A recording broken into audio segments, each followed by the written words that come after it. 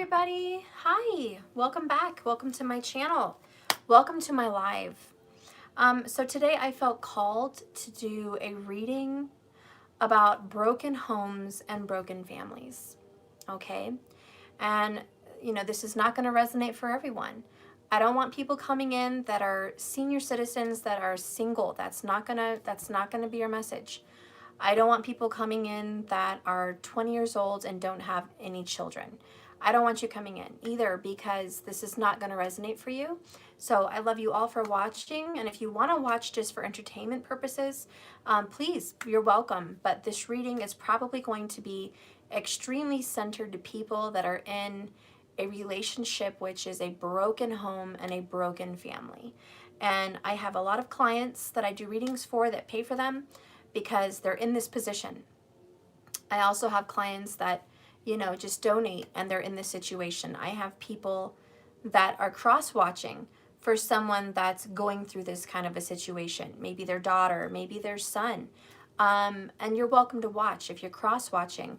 But I just want to be crystal clear from the very beginning that this reading is going to be about people who are in a family situation and it's broken, okay? That's what it's going to be centered for. So anyways, we're going to go ahead and dive into that. Thank you all for tuning in. Thank you so much for liking and subscribing on this channel.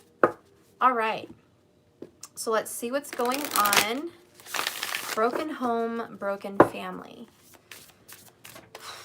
And this might even be centered around children, for all I know, because a lot of children are suffering in these positions. Spirit, can you please give me the overall energy for this family that is broken? Okay, show me what you see, Spirit. Show me what you see for the family I'm going to read for that is broken, okay? I don't know what situation this is. Could be broken from drugs, could be broken from cheating, lying, could be broken from third-party relationships, karmic relationships, blocking people from their children, could be broken from just abandonment, could be broken of so many reasons.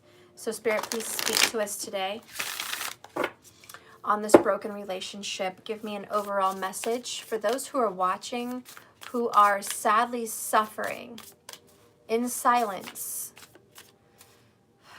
Sadly suffering in silence in a broken home with a broken family. And those poor little children that are in the middle of this brokenness. Please give me a message, Spirit. Wow, okay. You got decrease in reverse, and you got behind a mask. The decrease card in reverse is a really good sign. It means that you may have felt you lost everything. You may feel like you're on the outs.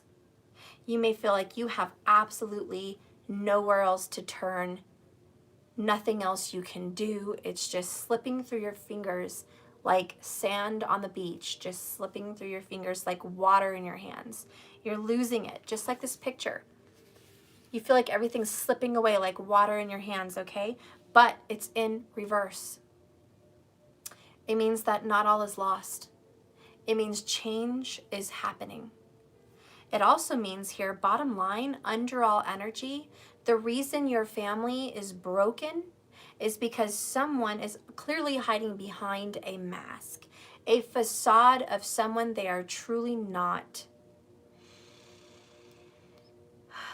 This can be from two sides. This can be from someone who's on the outside, out there just living a lie.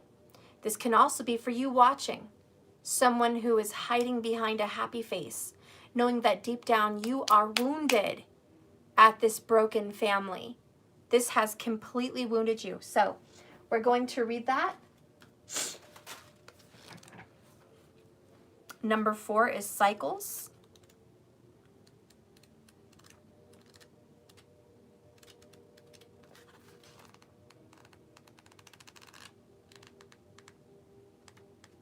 Okay. So the decrease in reverse. The appearance of this card reversed reveals a stabilizing cycle entering your life, my dear ones. In time, you can expect to see some increase in leisure time, in money, in love, or value. You may have been through a period of isolation or financial limitation, but that part of this cycle is ending. The river of opportunities is starting to flow your way. The first step to shifting this cycle of reduction into expansion is stabilization. The number 4, right? The external elements around you, such as work, the economy, may be reaching a natural equilibrium themselves. But it's also important for you to regain your inner balance. This is a time for you to become more self-stabilized and self-actualized, and ready yourself for good things to come. Although the increase may be slower than the Herald increase card, it will be steady and it will be methodical. Let yourself take the necessary action to direct this positive shift to the way you desire. I love it. So methodical, well thought out. The way it says for you to stabilize. So for those of you in a broken home, what does that mean? It means you're stabilizing yourself after a breakup, after a family tower, right? Your family just underwent a tower and everything was falling to the ground, like the movie The Never-Ending Story, when the nothing was taking over and the nothing was wiping clean the entire of Fantasia, I think is what it was called. And where's the ground? Where can you stand on? When the nothing takes over, there's nothing to stand on. And that's how you feel. After my family's wiped out, after my marriage is over, after my children lost their mother or father, maybe it's a death, maybe it's an abandonment, whatever it is, a broken family, right? There's nothing left to stand on but thin air. And what you've been doing through this separation, through this cycle, is stabilization. And this is the first step towards rebuilding. So the tower came down, and now you're rebuilding. Okay? So let's do this. And I think what you're doing is working harder than you've ever worked before. You're working harder on being financially independent. The first problem in a broken home and a broken family is singleness, which is single income, single person doing all the chores, single person having to support themselves and others involved in the family. It's a singleness, and you're all alone, and this is a time to focus on your oneness. How strong are you alone? You've been so used to depending on a partner, and now you have to be doing it alone. So that could be a lot of what's going on here. But it's about regaining your independence and regaining your strength. Okay? So the next card after that is transformation. So just saying, after decrease comes transformation. All right? So let's go ahead and read the number 3 intention card, upright, which is behind a mask. It says here, a woman wears an elegant mask, and it covers the top half of her face. It hides her identity. I cannot talk today. Is Mercury in retrograde? Excuse me, guys. Let me start over. A woman wears an elegant mask that covers the top half of her face. It hides her identity beautifully. Even her friends won't be able to recognize her. This card reveals an important conflict in your intentions. You have times when your view of yourself is so depleted, you believe you must hide who you are and pretend to be someone you're not. And that makes me want to cry. I honestly feel tears with that statement because so many women can resonate with that because it says a woman, but of course it can be a man, okay? But so many women can resonate with that are single moms because it says you feel so depleted and you believe that you must hide who you really are, which is weak and broken. You feel like you must hide and put on a mask and pretend to be strong and pretend to be confident. And that is one of the biggest battles women face today in broken homes, is strength mask. And I think in this reading, I might just call it the strength mask. Many single mothers wear the strength mask. And it is because they have to. It is a must. If they don't, they won't get out of bed that day. Not only are they suffering from abandonment feelings, rejection feelings, self-worth issues, and stability issues. Okay, they're suffering spiritually with where is God in this, because they needed to feel protected. So they are going through a war zone, mind, body, soul. And 9 times out of 10, a single mom will feel more exhausted than she admits. 9 times out of 10, a mother will not give herself what she needs to heal. She will not give herself the tea, the drinks, the rest, the food, the nourishment, the meditation, the confidence building. She won't. And this is why a lot of single moms suffer in these situations. You see women who are married in relationships with their family, and I'm not saying those are peaches and cream, because believe me, they're not, but you see the women that are in relationships going to yoga class, having girl nights, spending extra time with their kids. You see those moms in relationships. Social media, of course, broadcasts it, but you see them doing their thing, doing their business, right? Doing their fun things. And you're like, where's the time? Where's the time for me to do that? Where's the time to start a business? Where's the time to go to yoga? Where's the time to watch videos with my kids? Where's the time? And time goes by so fast for this single mamas, because from the moment they wake up to the second they fall asleep, they are doing something productive. They are always working towards goals, working towards cleaning, working towards organization, working towards financial security, working towards emotional security for the family, working towards healing, working. And so this is why broken homes, broken families struggle so much, because the single moms really struggle. Now, is there single dads in that position? Yes. Is it common? No. And so if I don't address the single dads, I'm in no means excluding you. But 9 times out of the 10, it's going to be the single moms that are here. And maybe there's a handful of guys, okay? But if you just read through the comments, I'm sure there'll be a plethora of females out there that are single doing it. So my sympathies to you men also, who have been abandoned and left to raise children and work by yourselves. If anyone can understand the weight of raising children alone and supporting yourself alone, you guys know how it feels too. It's a very hard job. It's a very hard job. Now, what happens when a parent dies? You know, look at my situation example. Their father is dead. There's no fixing that. There's no hoping that there's going to be communication. So if I'm doing this reading and one of your children, or a couple of your children, or one of your children's parent is just deceased, there's nothing you can do to fill that void. And then it makes it even harder, because you are in it alone, period. You can only count on the family around you. Now, this is what I'm talking about, the mask. There's a lot of excuses.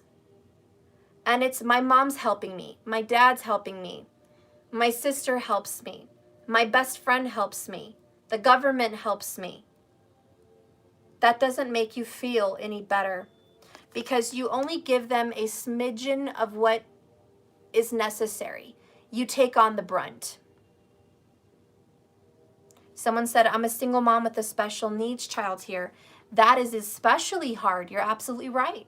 Not only are you dealing with those daily things, but when it comes to homework or schooling, you have to go extra mile. You have to go the extra mile just to make sure your kid has friends. Because 9 times out of 10, children with special needs have a very hard time making friends. And then you have to deal with the stigma that there's people out there bragging about their children being social, being sporty, being, you know, all this and that, going on girl dates, boy dates with their friends, and then your child is suffering. So not only are you suffering as a mother, now your child is suffering. And then you're extra suffering for being in it alone. It's a very hard situation. So this wearing a mask is very prominent for broken homes. Now, what happens if you're the guy, most likely, or the woman on the other end where you've left and you've caused the broken home? You're also wearing a mask, because these apply to both of you. You're wearing a mask of I'm okay. You're wearing a mask of I'm happy. You're wearing a mask of you did the right thing. Because you know deep down you did the wrong thing. You know deep down you're doing bad things. You're causing pain, separation, hardship. You know you made a foul move. And so your mask of happy, wherever that may be, whoever that may be with, is tainted. So in a nutshell, the entire energy for the broken home, broken family is hard on both ends. It's very hard. However, what Spirit is saying, this is a time of slow recovery. This is a time of methodical changes that must be made. This card right here is Saturn. And Saturn, the judge of karma, the giver of karma, the maker of obstacles, the game changer of lives, the giver of good and bad karma, has a say. And he says, what work you put into fixing the situation, or should we say stabilizing the situation, I will give you accordingly. I will give you accordingly to what you have put in. This is Six of Pentacles right here. So anyways, the energy of behind the mask, it says this gets you into a whole lot of mental messes. You compare yourself to others, always competing and often losing in your own mind. Your perfectionism can create performance anxiety, and it may cause you to worry about what other people think. Worst of all, this is an ongoing current of self-judgment, and it becomes a raging, energetic river that pushes your goals away. That is the second river confirmation in both these cards, river, river. And that is about a breakthrough. So I know a breakthrough is coming in. It's absolutely impossible to attract your real goals and desires and wishes if you never allow yourself to be the real you. This card is telling you that you can and must shed this false condemnation of yourself. No matter how deep this pattern is engraved in your life, your value comes from your eternal truth, not other people's inputs. So choose to relax and let the mask go. Open up to Spirit's light within and around you and be yourself. When you accept yourself as you are, no matter what anyone else can think, you will feel completely liberated, perhaps for the first time in your life.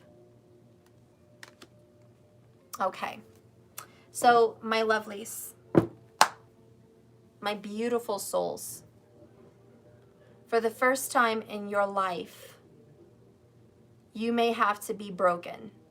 You may have to take off the happy mask. You may have to show yourself as, you know what? I don't have it all together. It's really hard. I'm struggling emotionally, mentally, physically, and spiritually. I'm working on it. That is your authentic self. You don't have to be Superwoman. This isn't Alicia Keys' Superwoman song. And I know that's super uplifting for the single moms out there, which is one of my favorite songs, Superwoman by Alicia Keys. You are a superwoman.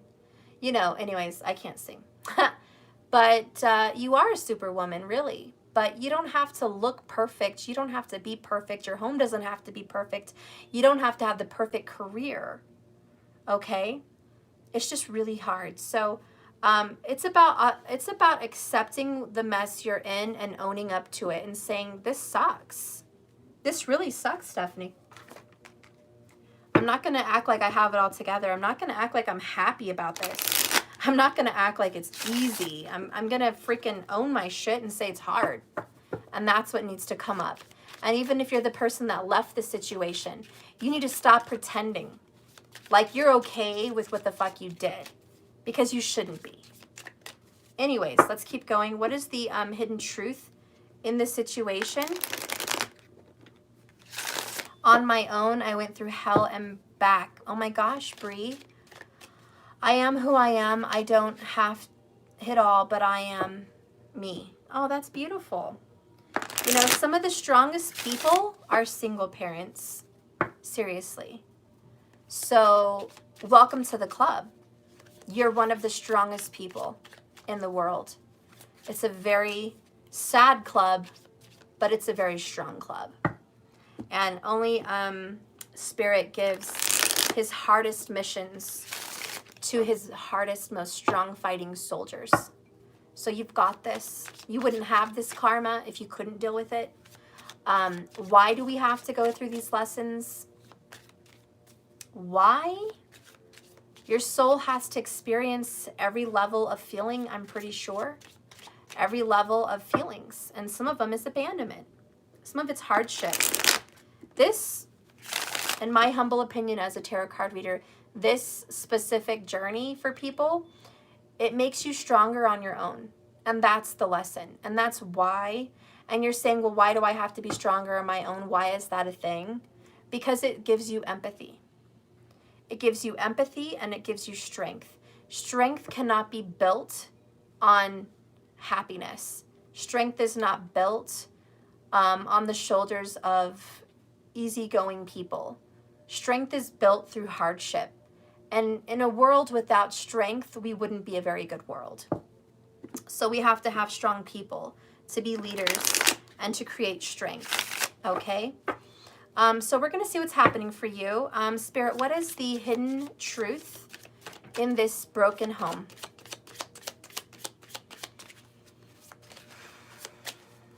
I feel a lot of frustration. A lot of frustration. If there was a card, which I know there's not in this deck, that says frustration, it would come out. Frustration. I'm starting to understand our connection. Is the first one that came out, probably because of my statement. Bottom of the deck, so many things remind me of you. How can it not?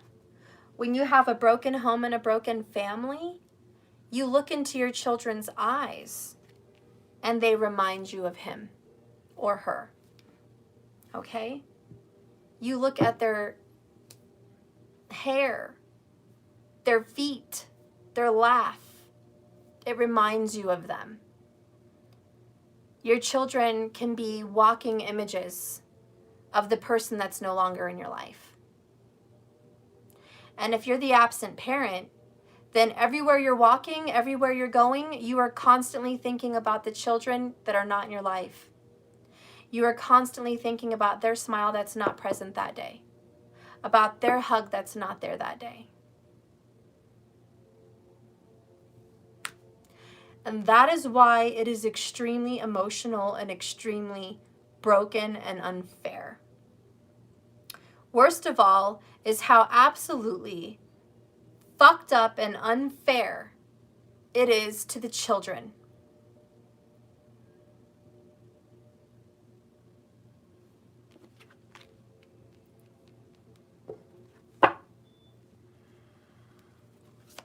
Show me the truth, please, behind the children.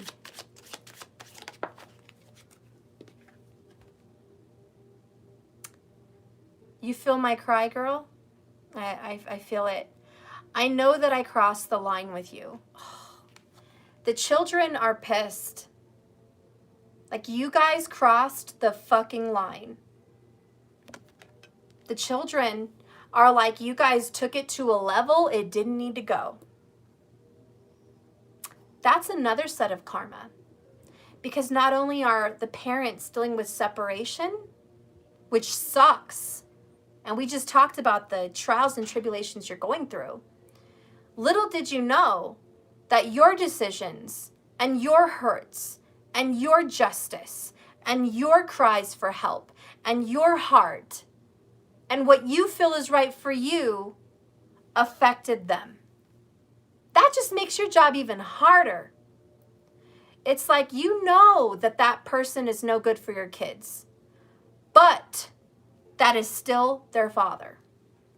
That is still their mother. And this is something a lot of people in broken homes have to accept.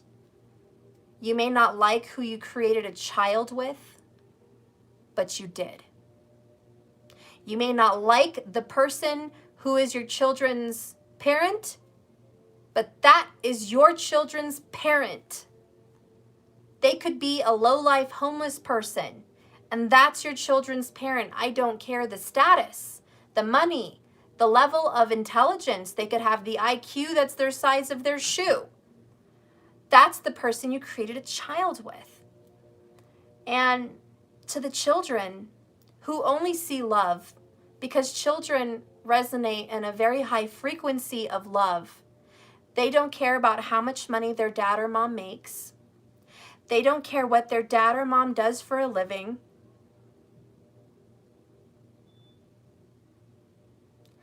They don't care if their dad or mom has been in jail or out of jail. They don't care. They don't care if their mom or dad is in a wheelchair. They don't care if their mom or dad is on drugs. They love them. They just love them. They love to look in their parents' eyes and see themselves through them. They love to know that that person that brought them here loves them. And how children see love is very different from the way us adults see love. And it's through a hug. It's through a kiss. It's through a birthday present. It's through a voice on the other end of the phone. It's through a little visit at school, saying hi, just came to see you. It's through a note in their lunchbox. And for us to deprive these children of security in who they are is wrong. And that's a whole nother set of karma. Now, on the other side of the coin, there are parents who are begging for that parent to be a presence in their children's lives. Please call them on their birthday. Please don't miss this Christmas. Please don't miss this pageant. Please call them today. They miss you. They're talking about you. Please, your children want to say hi to you. Please answer your phone. Your kids are trying to call you. Do you know how hard that is on a parent to beg for the other parent to pay attention to the child they brought in the world because they're protecting the child, because they do care for the child? They want the child to feel loved. And they would never want that child to know that that parent is ignoring them, that that parent has abandoned them, that that parent couldn't give two shits less about them. And they have to work so hard to protect that child from feeling abandonment. You see, we have two sides of the coin here today, guys. We have people that are keeping family members, we have people that are keeping parents away on purpose, and we have people that are begging for parents to be involved. So you're going to have to see how this resonates for you.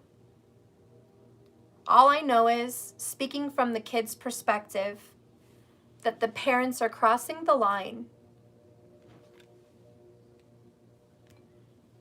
Now, bottom of the deck, you speak to me through music.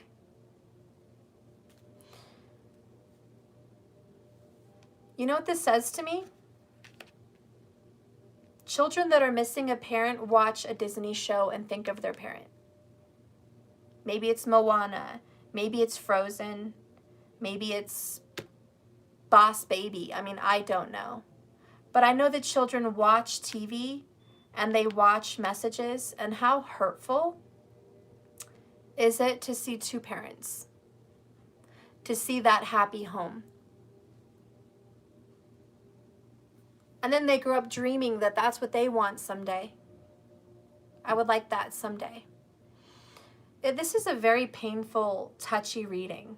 I can already sense it going in that everyone's hurt, especially the children and the caretaker of the child. Everyone's hurt. There's a lot of personal elements that go into everyone's personal situation, of course. But to just feel the children's pain, like I see songs, I see shows, and I think of my parent. I mean, that is just very hurtful. I know what's hurtful for my kids, because their dad is dead. And he wasn't really in her life, in their life anyways. He was busy with friends a lot and being stupid. And he ended up in jail, you know? So he spent a lot of time away from them, and she just didn't get super close to him. And they would have been so close if he would have been around. They would have been so close. But there's a book called Daddy Cares about your hair. And it's like a book or a cartoon short of a dad doing his daughter's hair. And she has really curly hair. Let me close the door because I don't want her to hear this.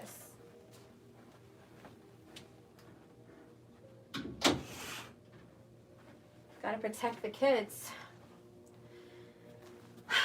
And anyways, the dad is doing the daughter's hair, and my daughter has really curly hair like that, and she's always struggled with her hair, and she hates how I brush it.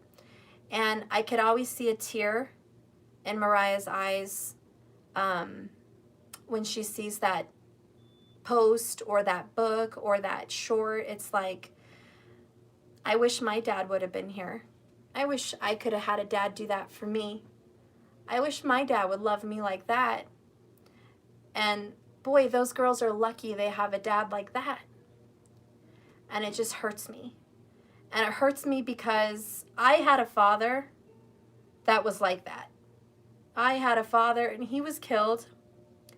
But he loved me like that so much. And I was very lucky because I know a lot of girls don't have that. But it really does hurt to know that children, my child especially, hurts like that. And a lot of you single parents are going to experience problems where your kids wish they were there. And it's so hard to act like it doesn't bother you. So yes, most of the time you're wearing the mask that everything's okay. You know, in my experience, where's my dad? You know, Matthew's dad is absent. And he asks me, where's my dad? And I miss my dad. And I have to wear a mask and lie and say that he's working. I don't know how, I don't know where I'm going with that, because I told my older kids their dad was always working when he was in jail and playing with girls and being an idiot. I would always say he's working and he's working. And when they talked to their dad, he would say the same thing, I'm working. It was all bullshit. And they learned later. But for my little guy, Maddie, he's been asking me lately, and the first thing that comes out of my mouth is, he's working.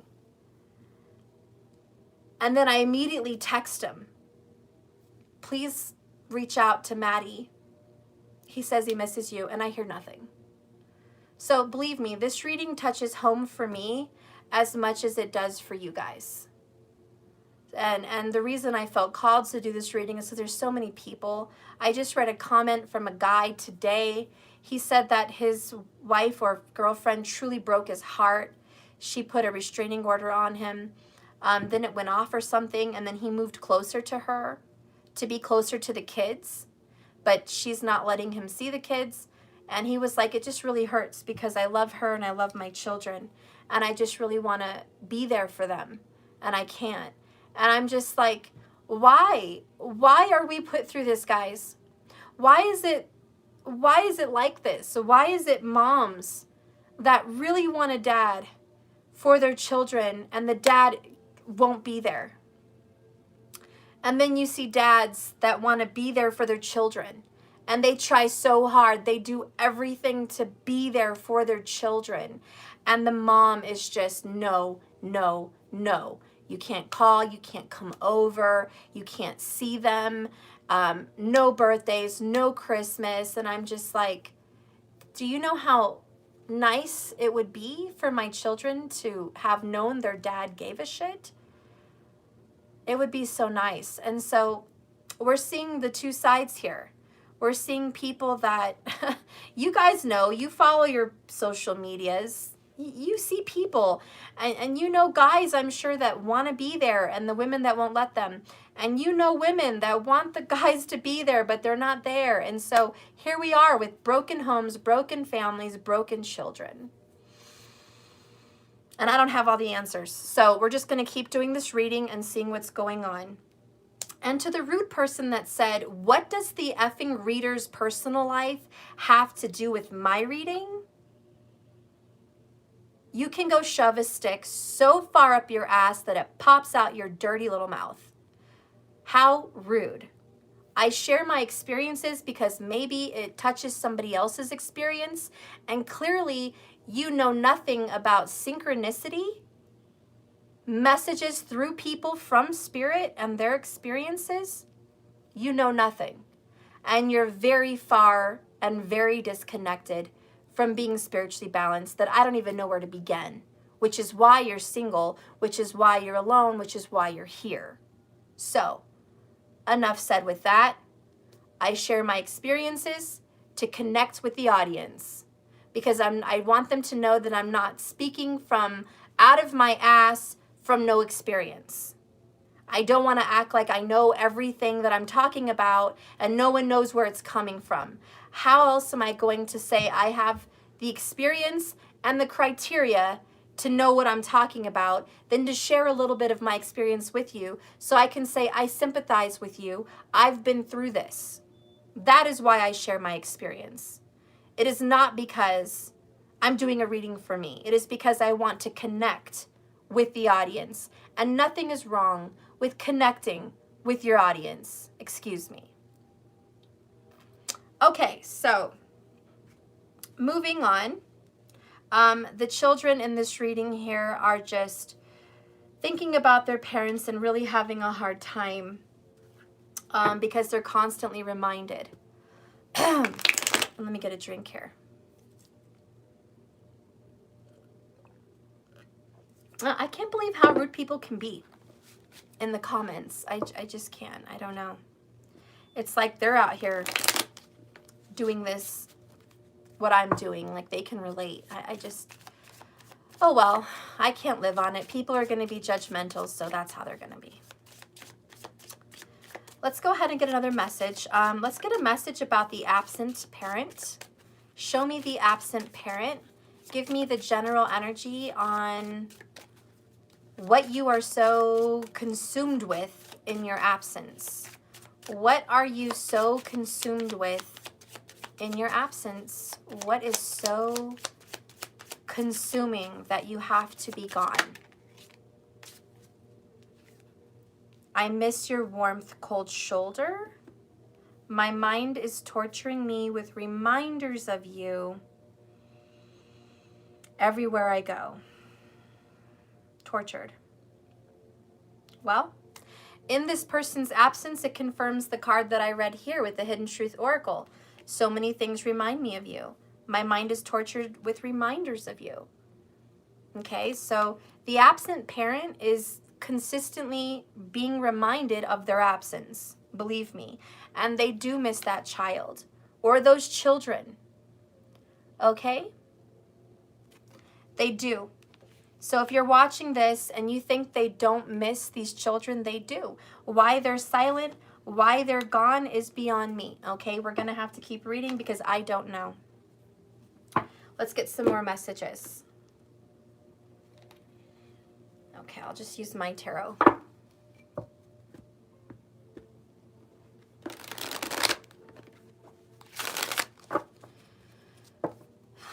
Spirit, please tell me more about this broken home, this broken family. Tell me more about what this absent parent is doing right now, what's on their mind, and what's in their heart. What's on your mind in regards to this brokenness? What's on your mind?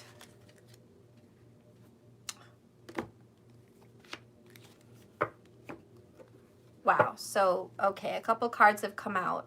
Whoa, the Karmic.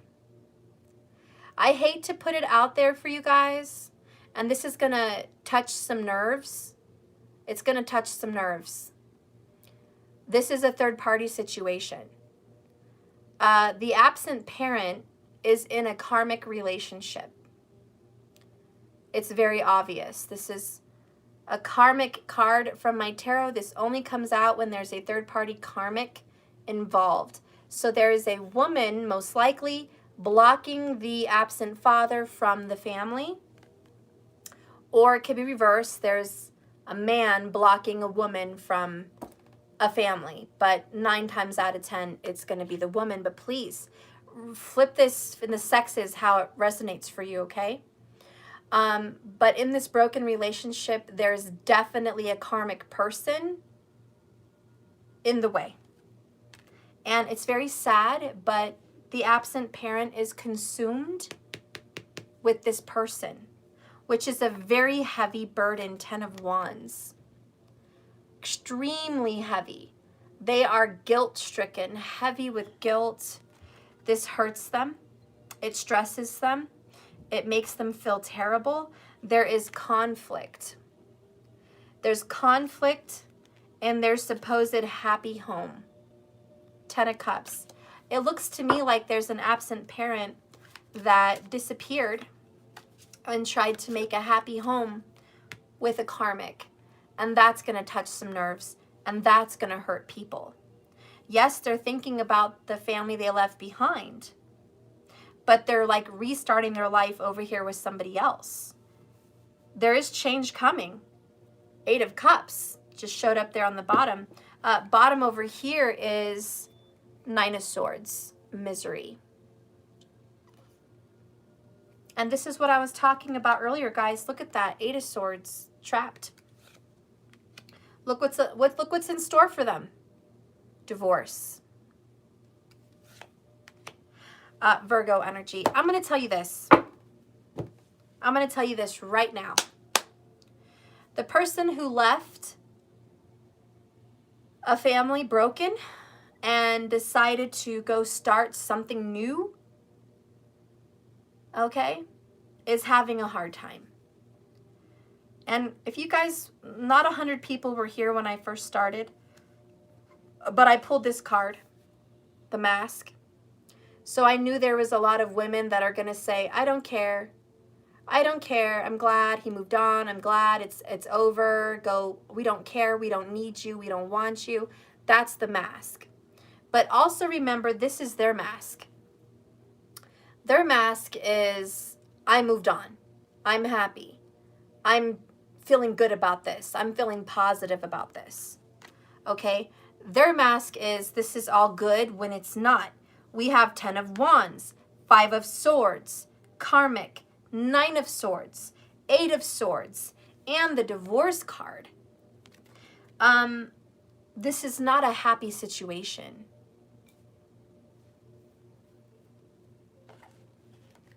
Spirit, can you please clarify the absent parent's feelings? Can you please clarify the absent parent's feelings? in this karmic situation? Loyalty. And this is where a lot of single parents say this is a joke. This is a crock. They want to be loyal to this karmic, but they don't want to be loyal to the family they left behind. They want to build a home with this karmic, but they don't want to keep the home together that they had already. And so this is where a lot of people are feeling hurt.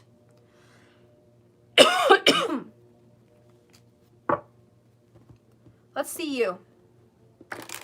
How's Mama Bear at home? Or how's the person that got abandoned, that got left? How's this person? Working hard. The captain of her own ship. Manifesting. Expecting a better life. Trying to stand up on her own 2 feet. Shoulders arched back, head held high. Just trudging along. Moving forward, pushing forward, believing in better, working so hard. 8 of Pentacles, Virgo energy, work, work, work. Working so hard on stability.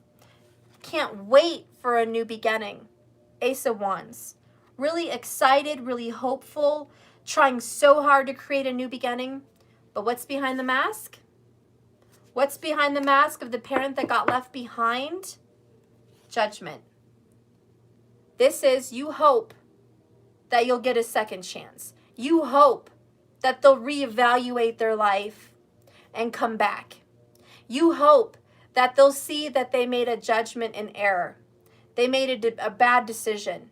You hope that Archangel Gabriel is going to come up and blow his trumpet and say, wake up call. Look what you did. Fix it. Go back and fix it. You're secretly below there just dying for this to happen. Bottom of the deck is unconditional love. You still love this person because you love your children.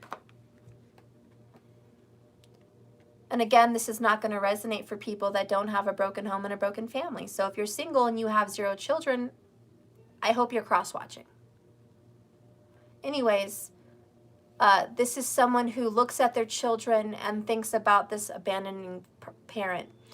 You want this to work for the children. Not because you want the family to work for the children, just for them. You just want peace. You want this person to be a good parent with you, even if that means doing it separately. You just want the best for your children. Hopefully a lot of you guys are not one of those spiteful parents that I mentioned that are hoping to cut them the fuck off and say, we don't need you. Now, this was a very popular statement in the 90s. In the 90s and in the early 2000s, for broken families, it was really popular to say, we don't need you. I mean, just look at Waiting to Exhale. Classic. With Robin. And she was telling Russell, the guy she was dating who was married forever, and she got pregnant. And when he showed up at the door, she's like, we don't need you in our lives. And, you know, that was this uplifting women empowerment stage. So, you know, maybe even the late 80s, but certainly the 90s to the early 2000s, it was uplift women. They can do it by themselves. And then they have that strong arm, like women can do it by themselves. They don't need a man, you know, just do it on your own. And it was a big message. What they failed to pay attention to was how that affects the children. Because children grow up wondering who they are. And they need to know who they are by knowing their parents. Some of the hardest things even I on this journey or other people may have to accept is telling your children the truth. Not at a young age, because that's too young. I mean, toddlers don't need to know the truth. You know, elementary kids don't need to know the truth. Even young teens, like 13, don't need to know the truth. But I would say once they get to a 10th grade kind of level, we're talking 15, 16, somewhere around there, it's probably pretty good to tell them, you know, if the parent is still absent at that time, what's going on. You know, this is what your parent was going through, and this is what happened. I know when I told my children about their father, when they were little, I would always tell them, he loves you so much, he loves you so much, you're his world, he misses you. I would call him and make him call them, because he wouldn't fucking do it on his own. So I would always be the one pressuring him. I would be the one calling on Christmas. I would be the one calling on birthdays, and then having him on the phone. And sometimes I would have to chase his ass down. I would have to go call his friend and his mom and his sister and his cell phone 1,000 times. Finally, to tell his sister, when you see him, because he's going to see you first, please tell him to call. And then he would call. And I would make it a point not to fight with him, but just let him speak to them, because that's the important thing. So they still don't know I did all of this, and I probably will never tell them the details. But I did tell them when they got older that, you know, your dad, quite simply, was just immature and did not know how to be a good parent. He loved you with all his heart, all of it. And he just did not have the skills or the tools to be a good parent that he wanted to be. And he fell victim, and he fell prey to temptation, and it led him astray. And he was weak when he could have been strong. But I know that your dad, if he knew then what he knows now, because he's in the grave, he would have done this life very differently. He would have lived his life very different. And I know their father loved them. He would have tears over them. He would hug and kiss them when he saw them. He had the love for them. He just didn't have a responsible bone in his body. And I almost couldn't blame him, because his father was absent in his life. And his mother was a poor example of a mother. She just allowed him to do a lot of things, maybe out of guilt for not having a father, but she allowed him to do a lot of things like drinking, smoking weed, having girlfriends, having sex, missing school, and being out in the night in the city at a very young age. We're talking 12.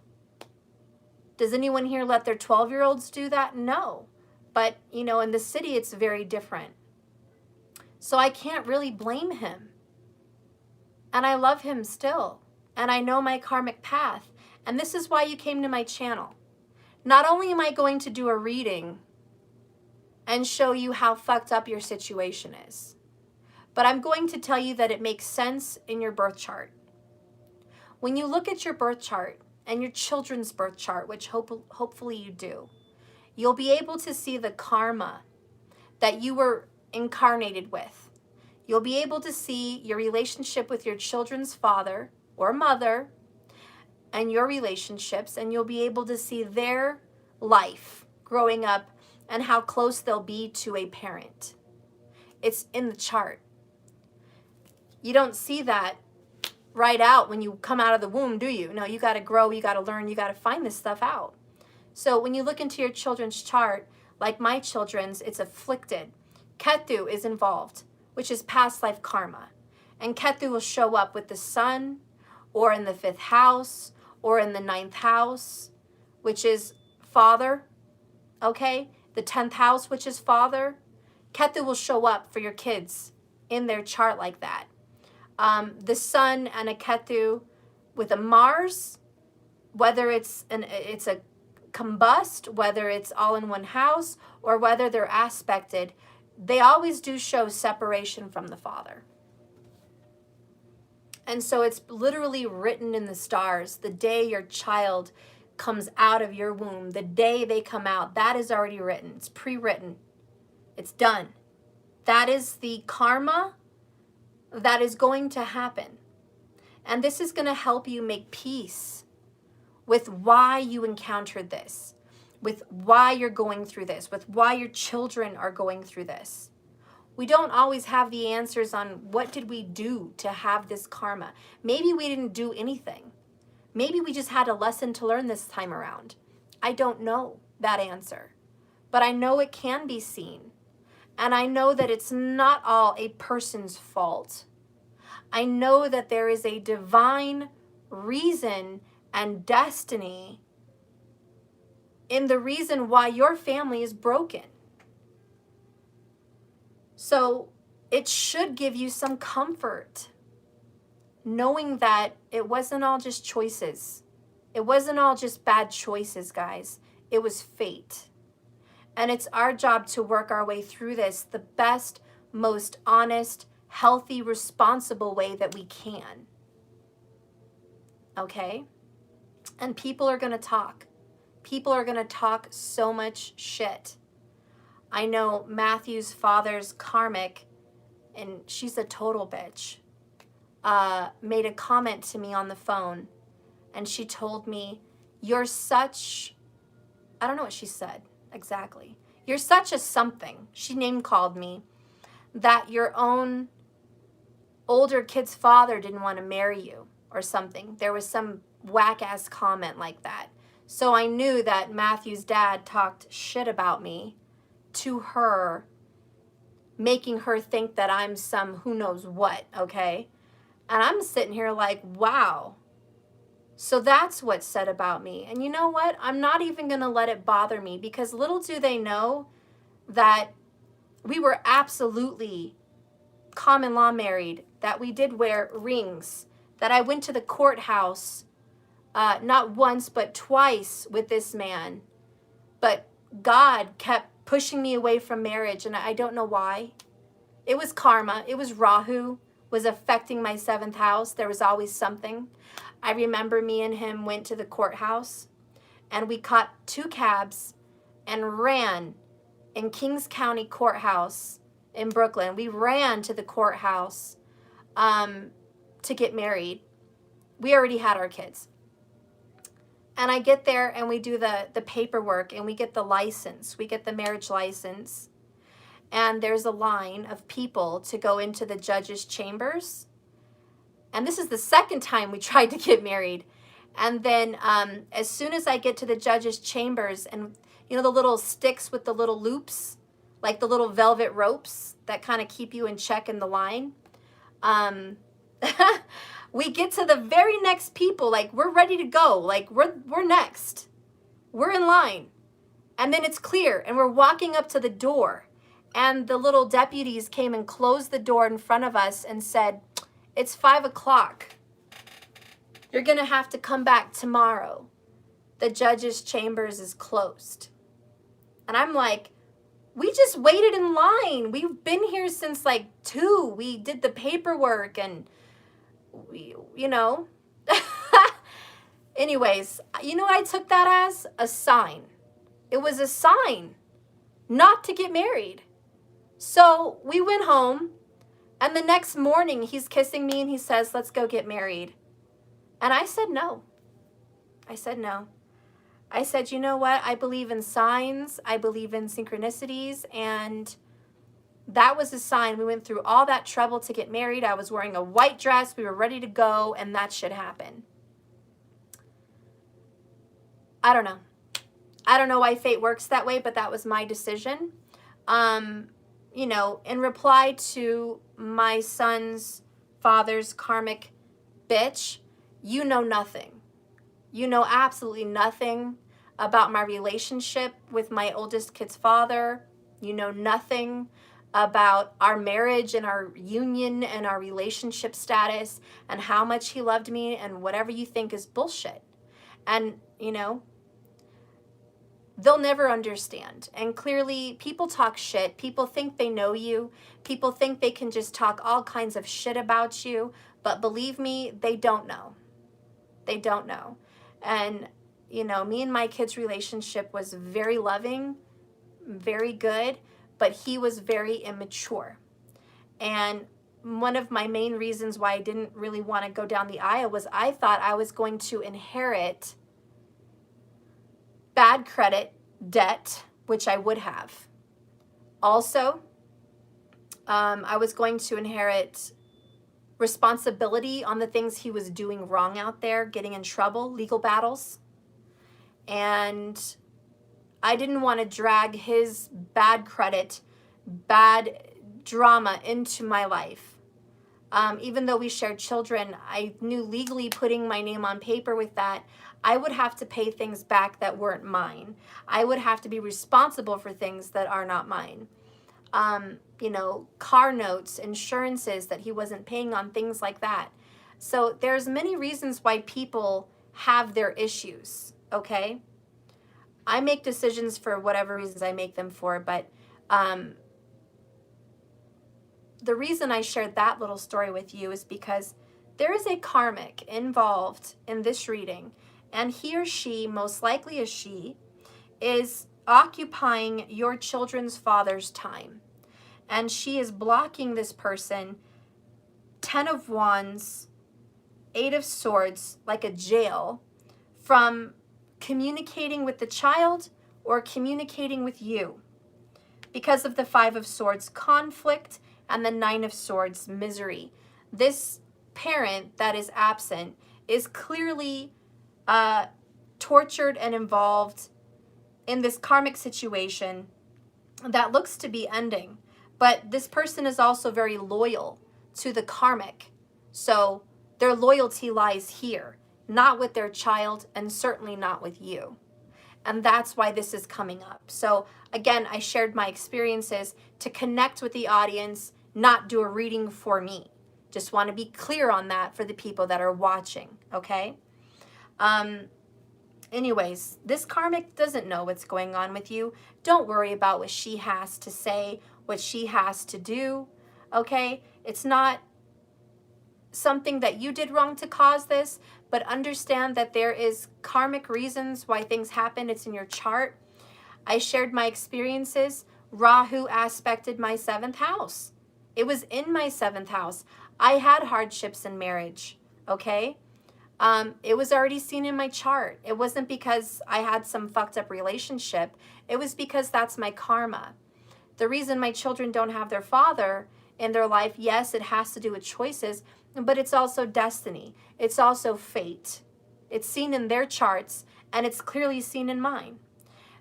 When I got an astrological report done when my father died, it showed that I would lose my father to a young death, and it showed that I would lose the men in my life. It showed I would lose them through death. I would be grieving. They would die. I would be, you know, a young widow, or I would be grieving.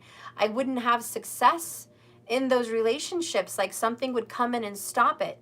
Whether it was a karmic, whether it was death, whether it was just whatever, something would come in and destroy it for me. So it's not all choices.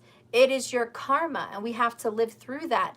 And I'm sharing that with you because there's more reasons to why you're going through this than just their choice and yours. And your children, God bless them, are going through a very difficult karma. And it's not just because their parent doesn't care. It's because that's how they were born. They were born with that chart. You can't change that. And so check your kid's chart out. See if it's aspecting them negatively. The areas where you're going to see parental, drama is 2nd house, which is young family life. The 4th house, the 5th house. Okay, that's all about family and childhood and early years. The 4th house is clearly about their home and their mother. And their 2nd house is about their upbringing, okay? So if you want to see an aspect of your children's mother, what she would be like, you're going to look at your children's moon. And if you want to see what your children's father would be like, you're going to look at their sun sign. And you're going to see what house it's placed in. The house is going to tell you what's going on there. The 8th house, right? It's ups and downs, towers, transformations, deaths. 6th house, enemies, deaths, drama, illnesses, just enemies, separations. 12th house, separations, jail, hospitals, death. 9th house, spiritual, long distance relationship, You know, you're going to want to see where these things are affecting your children, what house they're in. Okay? So please check their chart. It's going to make a little bit more sense to you. I told you the planets to look out for: Rahu, Ketu, or Mars, or the Sun. Those are the things that are going to burn and going to hurt these relationships. Okay? So you're going to want to see that. Anyways, let's keep going.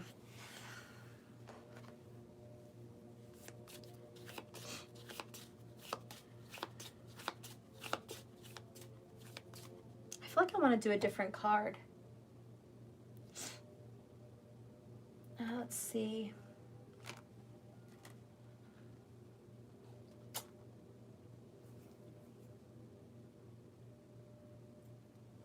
Tell me about the karmic. Tell me about the karmic, because this person has a very big influence. This is why your person is absent. So tell me about the karmic. Oh, shit. That's right. Karmic is a tower. First of all, what this means is the karmic is a tower. Okay? The karmic is a tower. Part of the reason you guys broke up or had a separation was this karmic. They really had a big influence on this parent. They came in like a wrecking ball. I came in like a wrecking ball. Walked in just to destroy it all. So this karmic came in like a wrecking ball, destroying this family, ripping it apart, okay? This karmic came in and was just like wrecking ball time. Not only that, because the karmic is drama. The tower is drama, problems, arguments, separations, fights, shocking. This karmic may have been a shock. This karmic was like, who, what, when, how? This karmic was like, you didn't even see it coming. She came in like a wrecking ball, like, what, who? You were shocked that there was a third party. You were just shocked. This karmic shocked you that they were even in the picture and that your person even took them serious. You were just blown away because here you are with this family, right? Here comes the karmic, all right? See, someone agrees. There you go. They said, yes, it was, Stephanie. There you go. Confirmation on that for someone, okay? This resonates for some people here. So not only that, not only are they the tower, it means they're going to get a tower. And this is why I talk about like attracts like and fate and karma and destiny. Yes, this may have been destined to break up your home, but the karmic is destined for failure. Because you get what you give.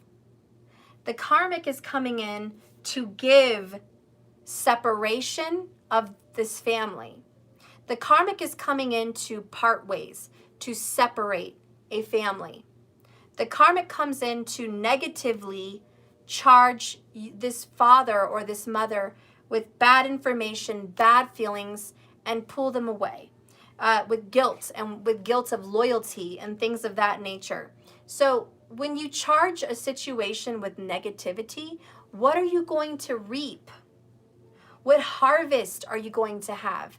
If this karmic was sowing seeds and watering those seeds with negativity, separation, and drama, 5 of Swords, 8 of Swords, 9 of Swords, this is a very ruthless person. They're going to get what they gave. They gave you a separation, they're going to reap a separation. That's how it works. That's how the law of attraction, the law of the universe, the law of karma, that's how it works. Now, it doesn't always happen in your timing. You know the good old saying, it happens in divine timing. But that is the truth. And this karmic person in your situation is going to reap negativity. Does that mean this karmic is going to have a terrible life? No, she could be a millionaire. She could be gorgeous. She could be, you know, a really great person and have a great family. This doesn't affect her personal life, like outside of the relationship. It just means that this karmic person is affected negatively in the relationship. That's their placement of it. The Tower is unforeseen events, but it's also a universal injection into a situation. Like, if something has to get dealt with, the universe is going to come and do it. So this was divinely guided, this karmic situation. But she is going to have a tower, or he is going to have a tower, and it's coming fairly quickly. Tell me what's going to be upcoming here for the karmic. Show me what's going to be upcoming for the karmic. Ooh, 2 8s. 8 of Cups. The karmic could be a Scorpio. We have very strong Scorpio here. Or it just represents the house of Scorpio. Okay? Or it represents the fact that Rahu is going into the sign of Scorpio, which is going to bring karma. Karma that needs to happen. Pushes and movement that needs to happen. And since these are both Scorpio cards, I think with the transit of Rahu, your karmic person over here with your person is going to be working on their way out. Working on their way out of the relationship and out of this situation. Okay? This is coming to an end for show. 8 of Pentacles, Virgo energy as well. Strong Virgo vibes. Strong Libra vibes. And strong Scorpio vibes over here. Okay? So yes, that's what's coming in for them. Tell me the hidden truth about this situation with the karmic. Tell me the hidden truth. Ooh, that one's... Ooh, I want you. They just want what they want.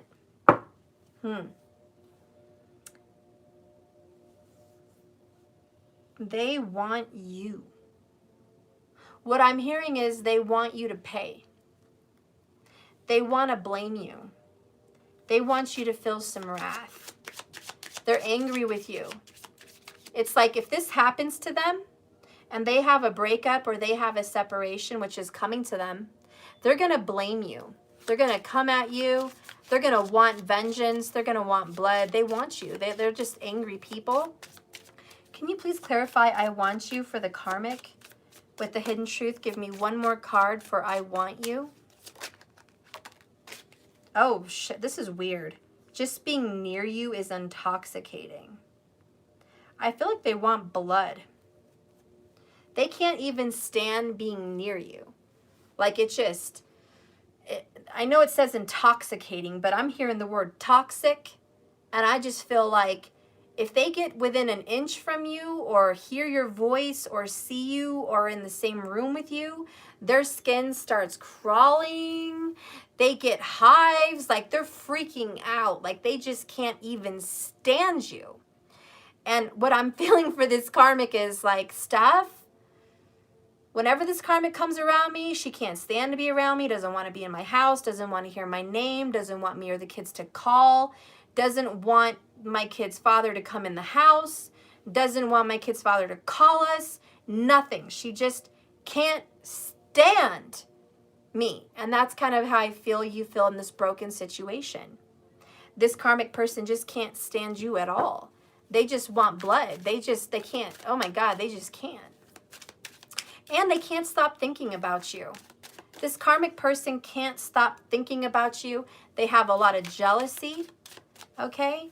A lot of jealousy that you have children with this person, a lot of jealousy that you had years with this person, a lot of jealousy that you had this person, period.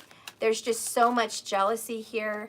Hopefully that answers the question why to that person who commented that. But yeah, they just can't anymore.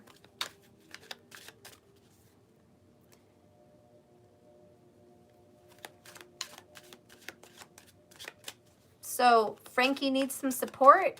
Someone said that. Is everything okay with the Frankie up there? My support goes towards you. Okay.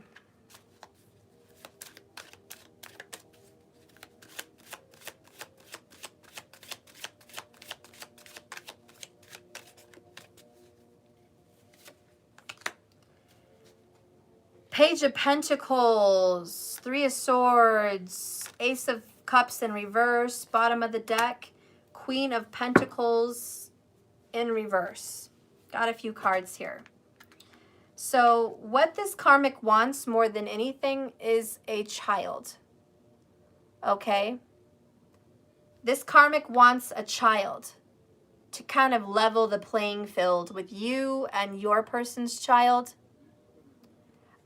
This would be a very selfish, unnurturing person. Virgo's very strong, but so is Taurus or Capricorn if it resonates. But this karmic wants a page, a pentacle. This karmic wants a physical gift in this relationship. This karmic wants to definitely have a child with this person, even though this person is not being responsible for their child. There's abandonment. There's this broken homeness, right? So this person, this karmic is coming in saying, hey, that is over. You can't stay for the kids. You have to move on. We're a family. I want to be married. This is also a Page of Pentacles, could be an engagement ring. Okay? A wedding ring, an engagement ring. This karmic wants a ring. She wants the commitment. She wants to kind of throw that into this person's face over here. That's the Queen of Pentacles in reverse. Saying, ha ha, I got him and you don't. Ha ha, we have a family that works and you don't. Ha ha, he's doing right by me and not you. Okay? And if this person's already married, it just means this person wants to stay married for the wrong reasons. This person is so jealous and this person is so not nice. This person cares about money. This person may just want money. In this situation, they may be taking this person's money. Meanwhile, this person is not doing right by their child or children or ex, and yet they're in this karmic relationship where this person wants money and support and a home and a life. Thank you for saying all this resonates for you. Thank you so much. Myra, thank you so much.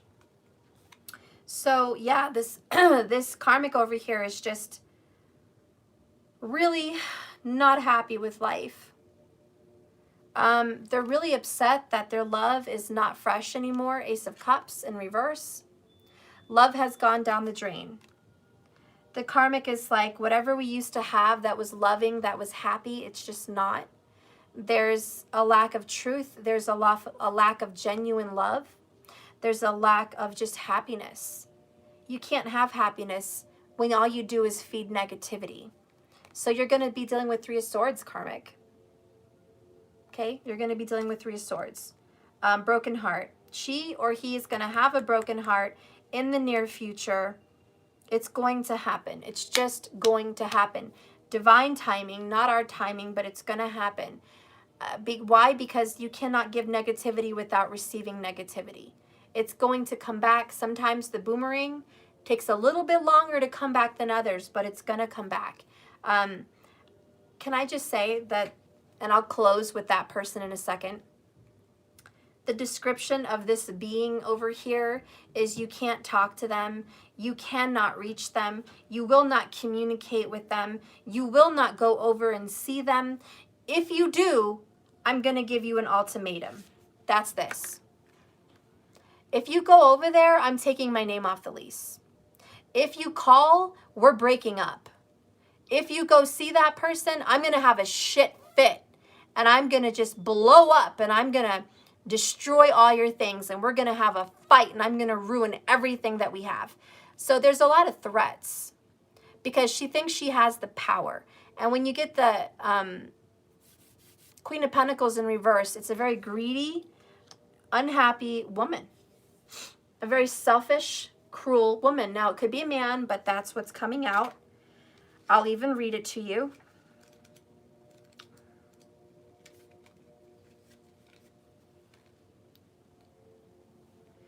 The Page of Pentacles is a child of earth, innocent nature. It reflects the parts of yourself lost in play. So yeah, we know she wants the kid or the ring. Let's get to the Queen of Pence. In reverse, the Queen of Pence. What? In the backyard? Okay. Hang on, guys. Let me go check. I need to check on my other son here.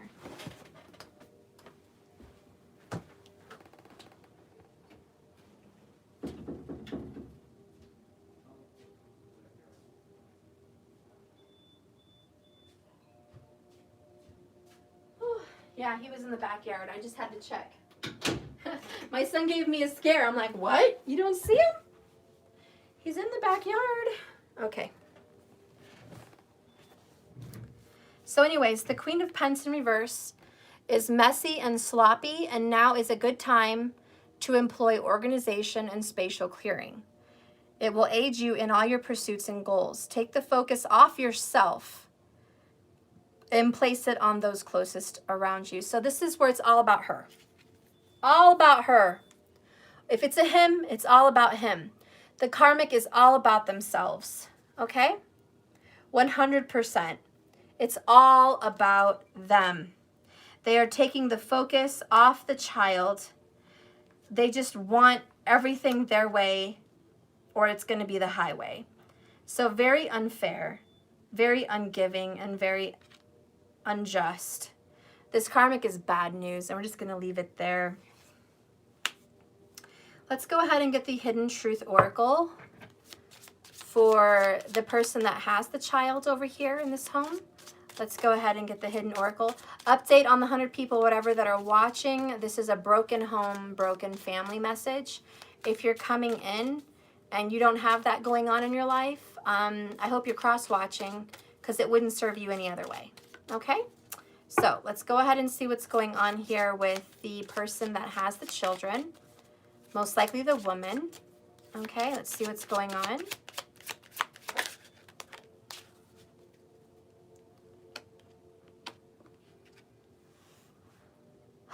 I hope that you can forgive me one day. You're very humble. The person that still has the child at home, the woman or the man that's raising these children, is just like, I hope that one day you can fix this, the Judgment card. I hope one day that you can forgive our errors as parents. I hope that one day you can forgive that we were not perfect people. I hope that one day you can forgive me the same way I forgive you. I wish I could take back my words. So there is something coming up for the woman, the mother and the child, where maybe you said something to this father or mother. You said something to the parent that's absent that maybe you feel like that's why they're absent. You know, maybe you did something that pushed them away. Maybe you called them out. Maybe you threatened them. Maybe you lied to the police about them. Maybe you did something and you're just like, I wish I would not have done that. You know, I wish that my words wouldn't have come out that way. Maybe you just said something like, leave and don't come back. We don't need you. You know, maybe you're like, I didn't mean that. You know, we do need you and we love you. And so you kind of just hope that your person would come back and realize that it was just a fight. People get angry. They say things they don't mean. Okay? They feel burdened. They feel scorned. They feel hurt. Maybe you found out about a third party and you said some shit you didn't mean. And you're just like, I hope you could forgive me, because that's not what I wanted to happen. I didn't want to scare you away for good. I didn't want to push you away from our child's lives. You know, maybe it happened in pregnancy before you had the child. Maybe you said something way back then that caused a separation with family. You know, maybe you told your family something about them and they walked off. Who knows what your situation is? But all in all, you know, you just wish that there could be some forgiveness and a second chance. It's like, can't we just be two parents that are imperfect fucking parents? Can't we just be two people that are learning and growing and we're not fucking perfect? Can't we just be two people that can work on this? Can't you just forgive me? Let's get some clarification.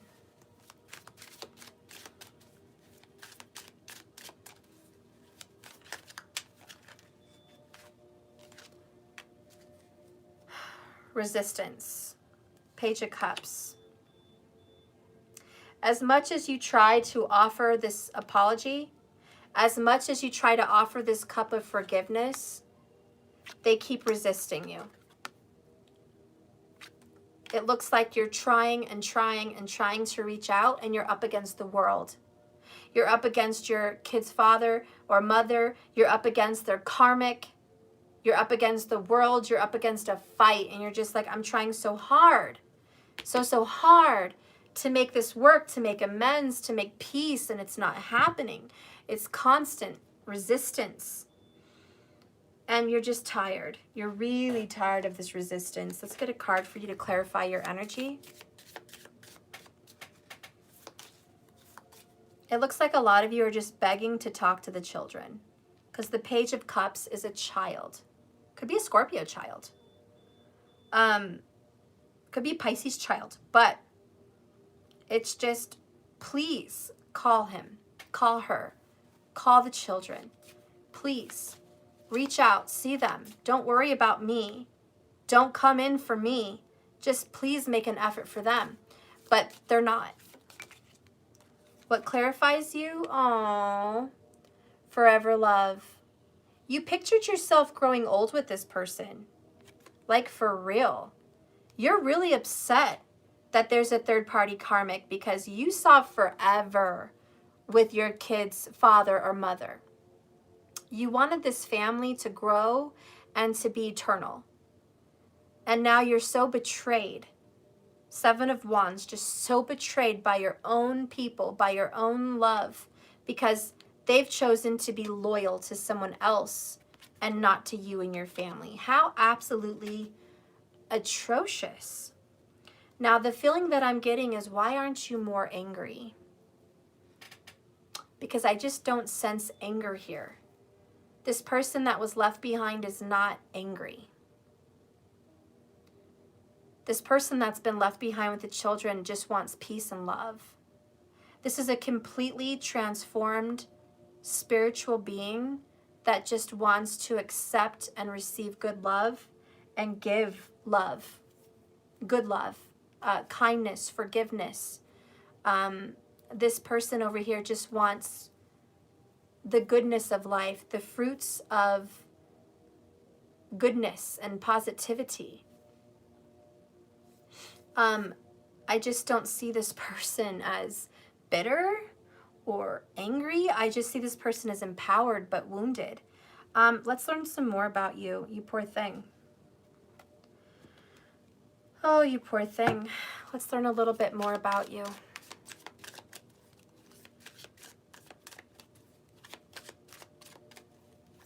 Tell me your feelings. What are you feeling? Mom all alone, dad all alone. What are you feeling?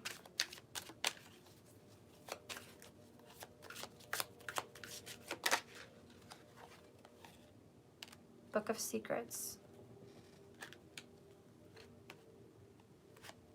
Three of Swords.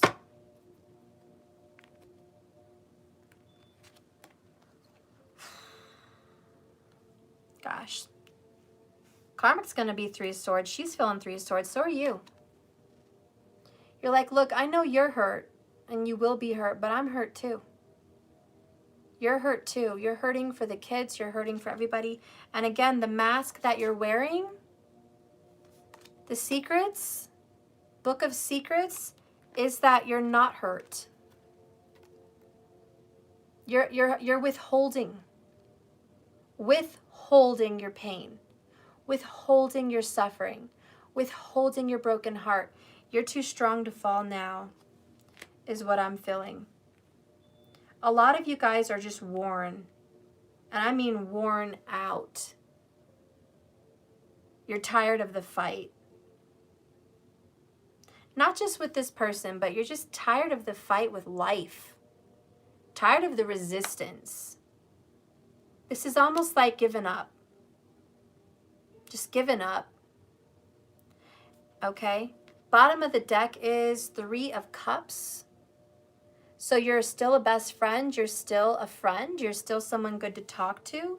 You're still really hoping for a reconciliation. And how do you say, like a reunion. You're still hoping for a friendly reunion, a friendly ending, positivity. Oh, you're so positive. It's almost nauseating how positive you are. My God, you're like so optimistic. It's crazy. You're just so optimistic. Spirit, give me a message for this person. Give me a message for this person. Two of Swords. Make healthy choices. A new beginning is coming. Ace of Pentacles. Make healthy choices.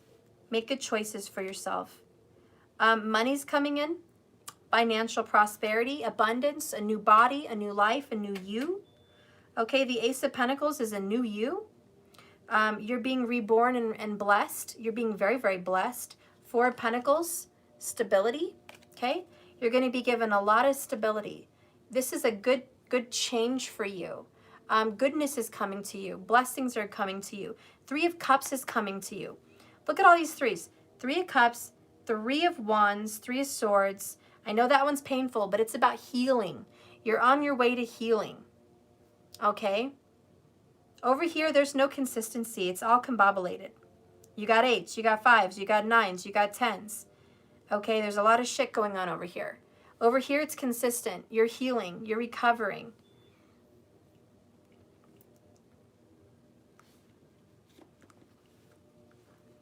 Divine Feminine, what say you? The men and the women that are raising the children on their own, those are the Divine Feminines, for the record, because they're the healers, the nurturers, the givers, the caretakers. So, Divine Feminine, what do you say about this connection? Because you're understanding it. Happy day! Your optimism is getting me sick. I did not expect to see all this optimism. Here we go. Happy day. 3 Cups. Good news, blessings, rewards, and karma. But this is good karma. Good karma, okay? You're basically planting seeds of positivity and optimism and forgiveness. Guess what you get for that? You get goodness. The more you plant seeds of love and forgiveness and kindness, and the more you give, which clearly you're giving, the more you're going to receive. So you're on the receiving end. Karmic over here is on the taking end. Queen of Pence in reverse. They're over here working on cultivating things for themselves, being very selfish. This karmic isn't thinking about your kids. This karmic isn't thinking about you, isn't thinking about how the person they're with did something wrong and needs to fix it. This karmic doesn't care or give two shits about any of that. All this karmic cares about is themselves. You, on the other hand, care about other people. Very Aquarius. You're worried about this man or woman that left you and your kids, and you're just hoping for another happy day. You're hoping they call. You're giving them the benefit of the doubt. You're forgiving them for their errors. You're forgiving them for their absence, and you're just hoping that things can turn around. So you're basically an open book and an open heart. You're cultivating forgiveness and kindness for you and your children. You're also just not bitter with life, not bitter with spirit about what's happened to you. You're just understanding the connection. You're understanding why you had this drama, and you're making peace with it. And you're going to keep offering love. You're going to keep offering light no matter how many times you're turned down. You're going to keep doing it because that's the right path, because that's the right thing to do. And that's why the bottom of the deck is you're on the right path. So if you are in this overly optimistic, happy, happy, joy, joy feeling, then you're on the right path. Because if you're not doing that, you're on the wrong path. If you're on the path of bitterness, then you're on the wrong path. If you're on the path of vengeance, you're on the wrong path, right? That's not the path. The path is over here. Optimism, positivity, joy, forgiveness, and giving so you can receive. You're leaving for self-love, walking away for better. These are the healthy choices you're going to make with the Two of Swords. Okay? A lot of Gemini energy over here because of threes, third house. And also Empress energy, which is Cancer and Taurus and Libra. for the feminine, okay? So anyways, good job. Good job, guys. You go ahead and stay your little happy, happy self. Don't let them destroy you. But I still want to touch back on these kids. We get the big picture now. Where's the kid one? Feelings. I'm going to do this one. All right. Children, children. How are you doing in this connection? How are the children doing? 9 of fire. Bottom of the deck, 5 of fire. Not good. Children aren't doing good. Children are tired of the fight. They're tired of the resistance. They're tired of the wall. They're tired of the blockage. They're tired of dad ignoring them. They're tired of not seeing dad or mom. They're tired of being blocked. They're tired of this long, very long, ongoing drama. Like, that's how it feels for them. Like, how long are we gonna keep going on this dramatic journey? I wish it would stop. And that's the 9 of Pentacles. I'm sorry, the 9 of Wands. It's just, I'm fucking tired. What else do you want from me? 9 of Fire. What else do you want from me? Sick, sick, sick, sick, sick. And literally of being in the middle. 5 of Fire is like in the middle. Drama, fights, arguments about them. Is it my fault? The children are sitting here thinking, is it my fault? Was I born and I caused all of this? Did my birth, coming into this world, cause 2 people such great misery? Such great harm and suffering? Did me coming here do this? Is my birth the biggest burden and problem on my father? Am I really the worst thing that could have ever happened? Am I the one thing that this dad or mom has to put up with that they hate putting up with? Is seeing me really a problem? Is seeing me really such a fight? Is loving me so hard? What's wrong with me? That's the Hanged Man. That's the 7 of Cups. Asking questions. Wandering fantasy. What's wrong with me? What did I do? Is it me? Even toddlers that can't speak think these things. They feel these things. They feel the tension in the room, just like you and I. They walk into a room and they feel if mom and dad are not happy. They feel an absence. They may not know how to talk about it, but they feel it. Why? Because they know. They watch TV, they watch songs, they watch videos, they see neighbor friends. Don't think they don't go around and notice families that are together and that shit's just sweet. The parents that have it the hardest try to pretend and paint a picture for the children. Everything's fine. We're normal. Everything's fine. But they know it's not. And they're going through a hard time. What does that mean for the parents that are raising these little ones? It means you've been given a very big job to help these children navigate confusing waters, confusing emotions, confusing thoughts. You've been blessed with a child that is early in life experiencing loss and pain, not understanding how to navigate their emotions and thoughts and feelings and words. So you've been given a job to help them process these thoughts and feelings. That means talking with your kids, If they bring it up, don't brush it off and try to ignore it because you don't want them to hurt. They're going to hurt, and they are hurting. But by you brushing it off, are you making them experience their hurt alone? Are you making them feel 9 of Wands alone and burdened with this by themselves? 10 of Fire, just like dad or mom over here, 10 of Wands. Okay, both the child and absent father are having some very heavy burdens. Okay? And we have to be strong enough to say, you're not alone.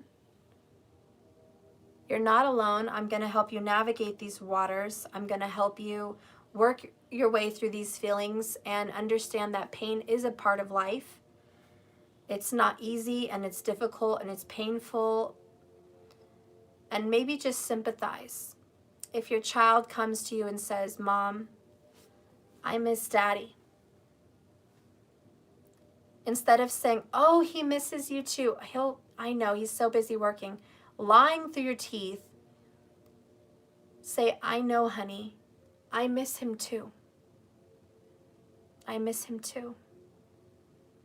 And if a tear is shed, then a tear is shed. But at least your child is learning how to grieve and knowing they're not alone and knowing it's okay to cry. And that's going to make them a stronger person. That's going to make them strong. And if they do ask, Mom, where's Dad? What are they doing? Which is the hardest question of all, because really what you want to burst out of your mouth is, well, he's over here with so-and-so living a good old life, ignoring the fuck out of us, right? That's what you want to burst out of your mouth, but you can't. That's just painful. That's too much information. What you're going to say, which is what you should say, is Daddy's making bad choices right now. Daddy is making bad choices right now. And let's just pray for him. Let's pray for him.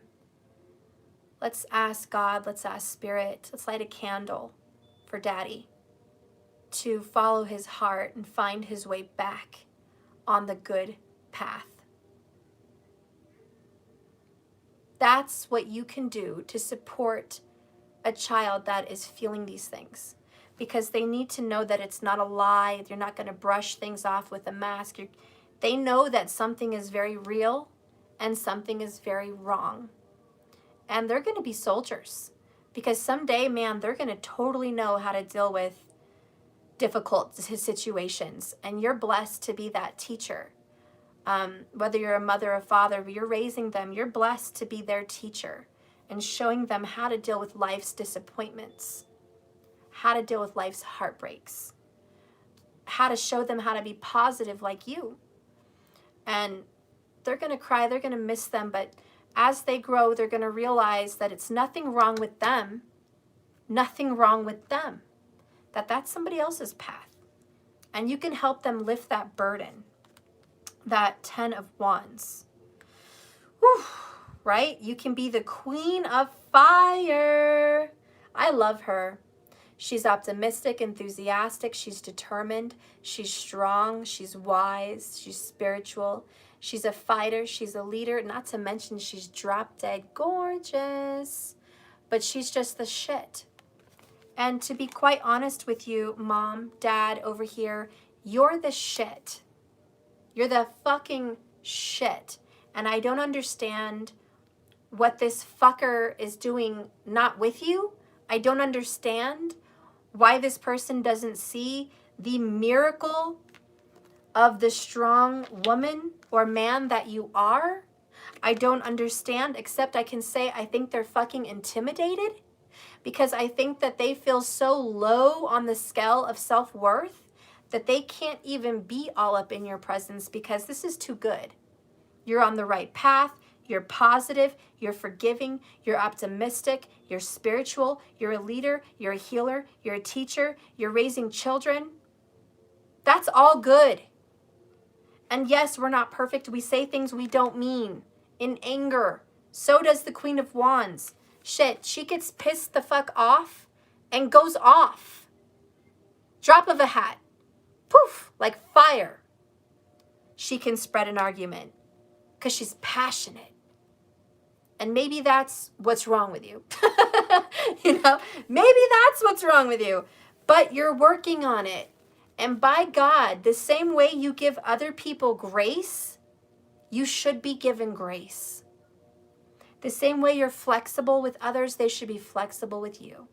And I just hope this person gets a clue at some point at the gold that is sitting over here. The child, the wife, the mother, the son, the mother, the brother and sister, the boys, the girls, whatever's going on over here. I just wish they would see how amazing this is, how worth it. But then again, we have to look at our charts. What is it showing? Are we meant to be together? Or are we meant for a separation? Are we meant to have a union and be a family or not? And you're going to see that in your charts, and you have to look at that. You really do. Because there are some things that are just not meant to be. And there are some things that are sad. And that's life. Some people are born with some pretty fucked up lives. It's destiny and fate. It's not an accident or a mistake. It's just that's what they're dealing with. We have to be okay with that. We have to be able to work through that. Let's get a message here for the healing.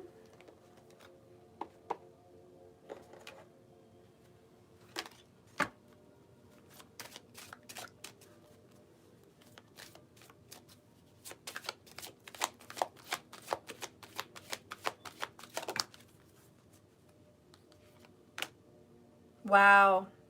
I'm so sorry. I want to cry. The hardest thing to do is the message, letting go. Sometimes the right answer is the most simple one. This is the answer every single person, all of you watching know. All of you. All of you know that letting go has to happen. But also, all of you have felt and know that that is the hardest fucking thing to do, especially when you have children.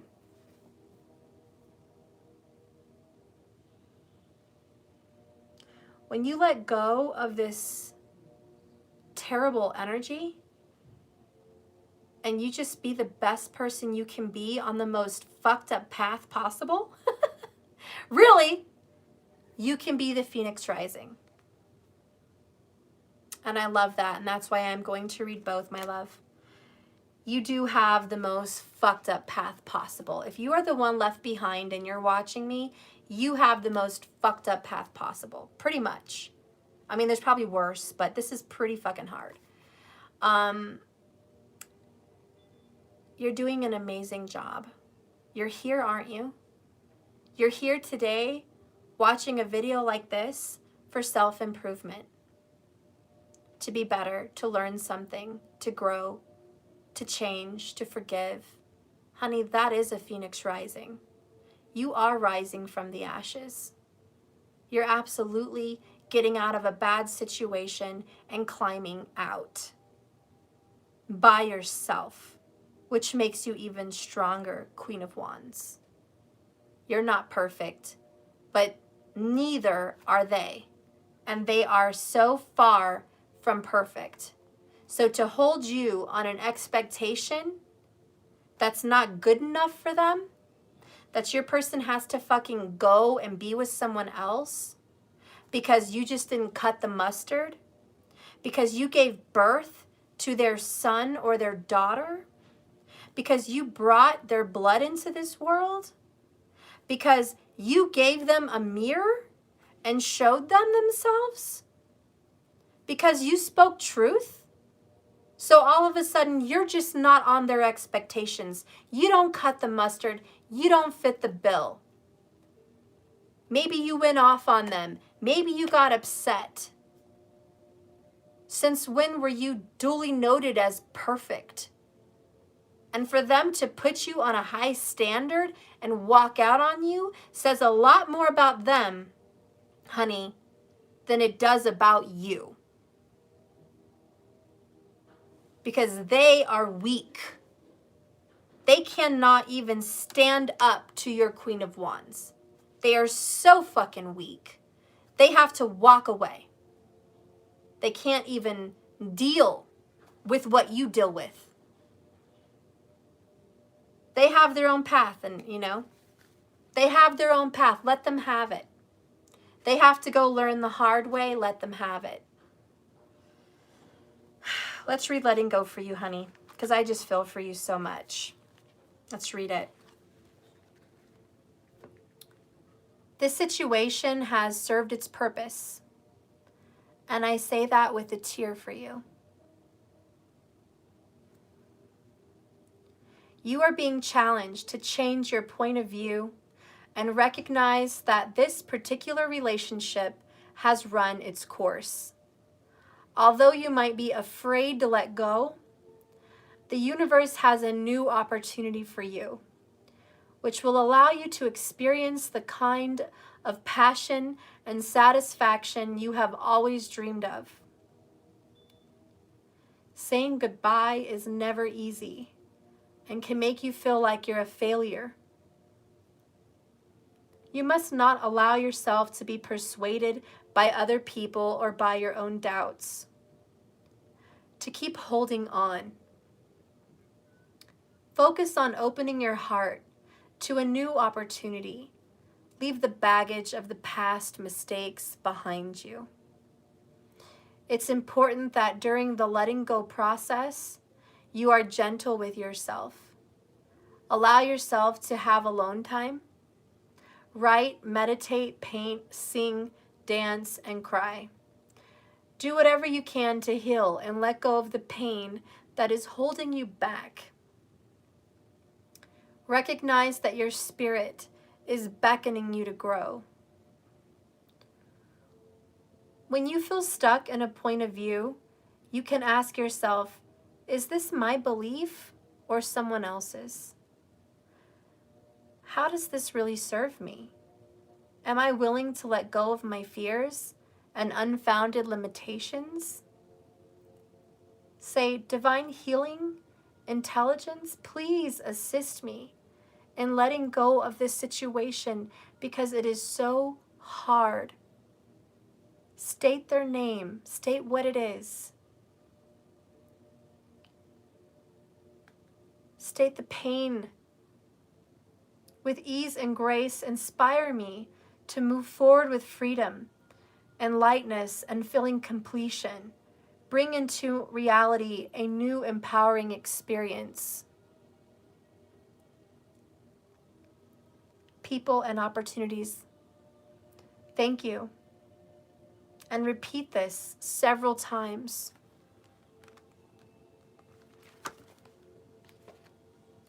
It wasn't fair what happened to you. It's not fair what happened to these kids or child. It's not fair. It's not right. It's not just. It's not okay.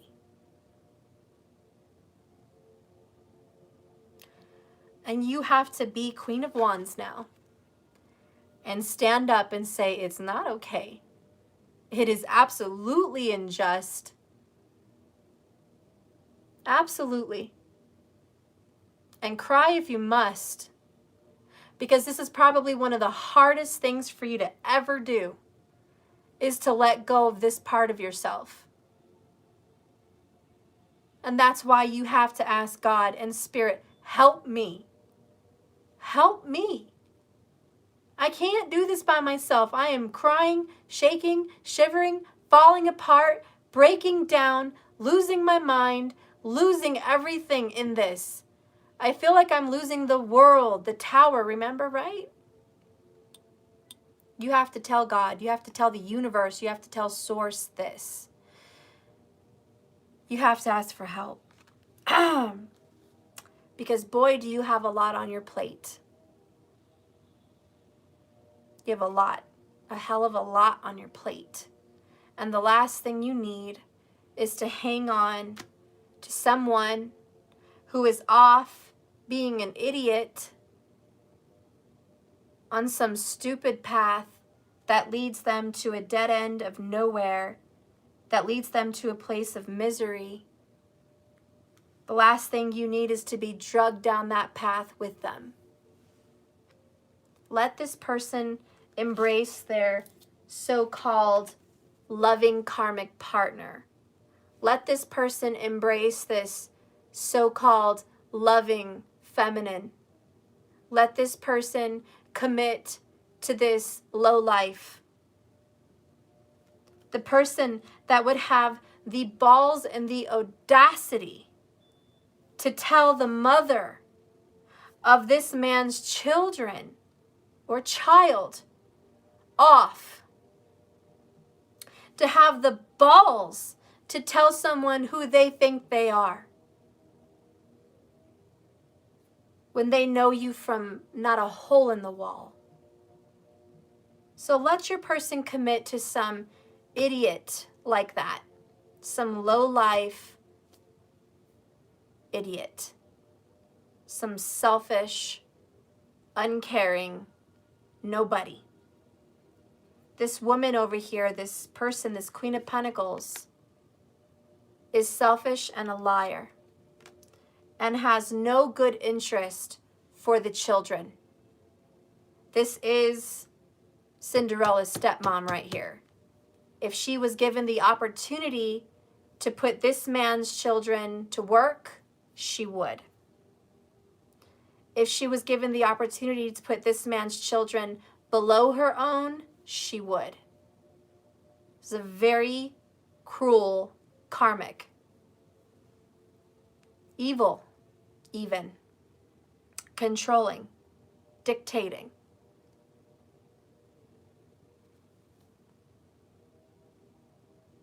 So let him go ahead and see what he's bargaining with.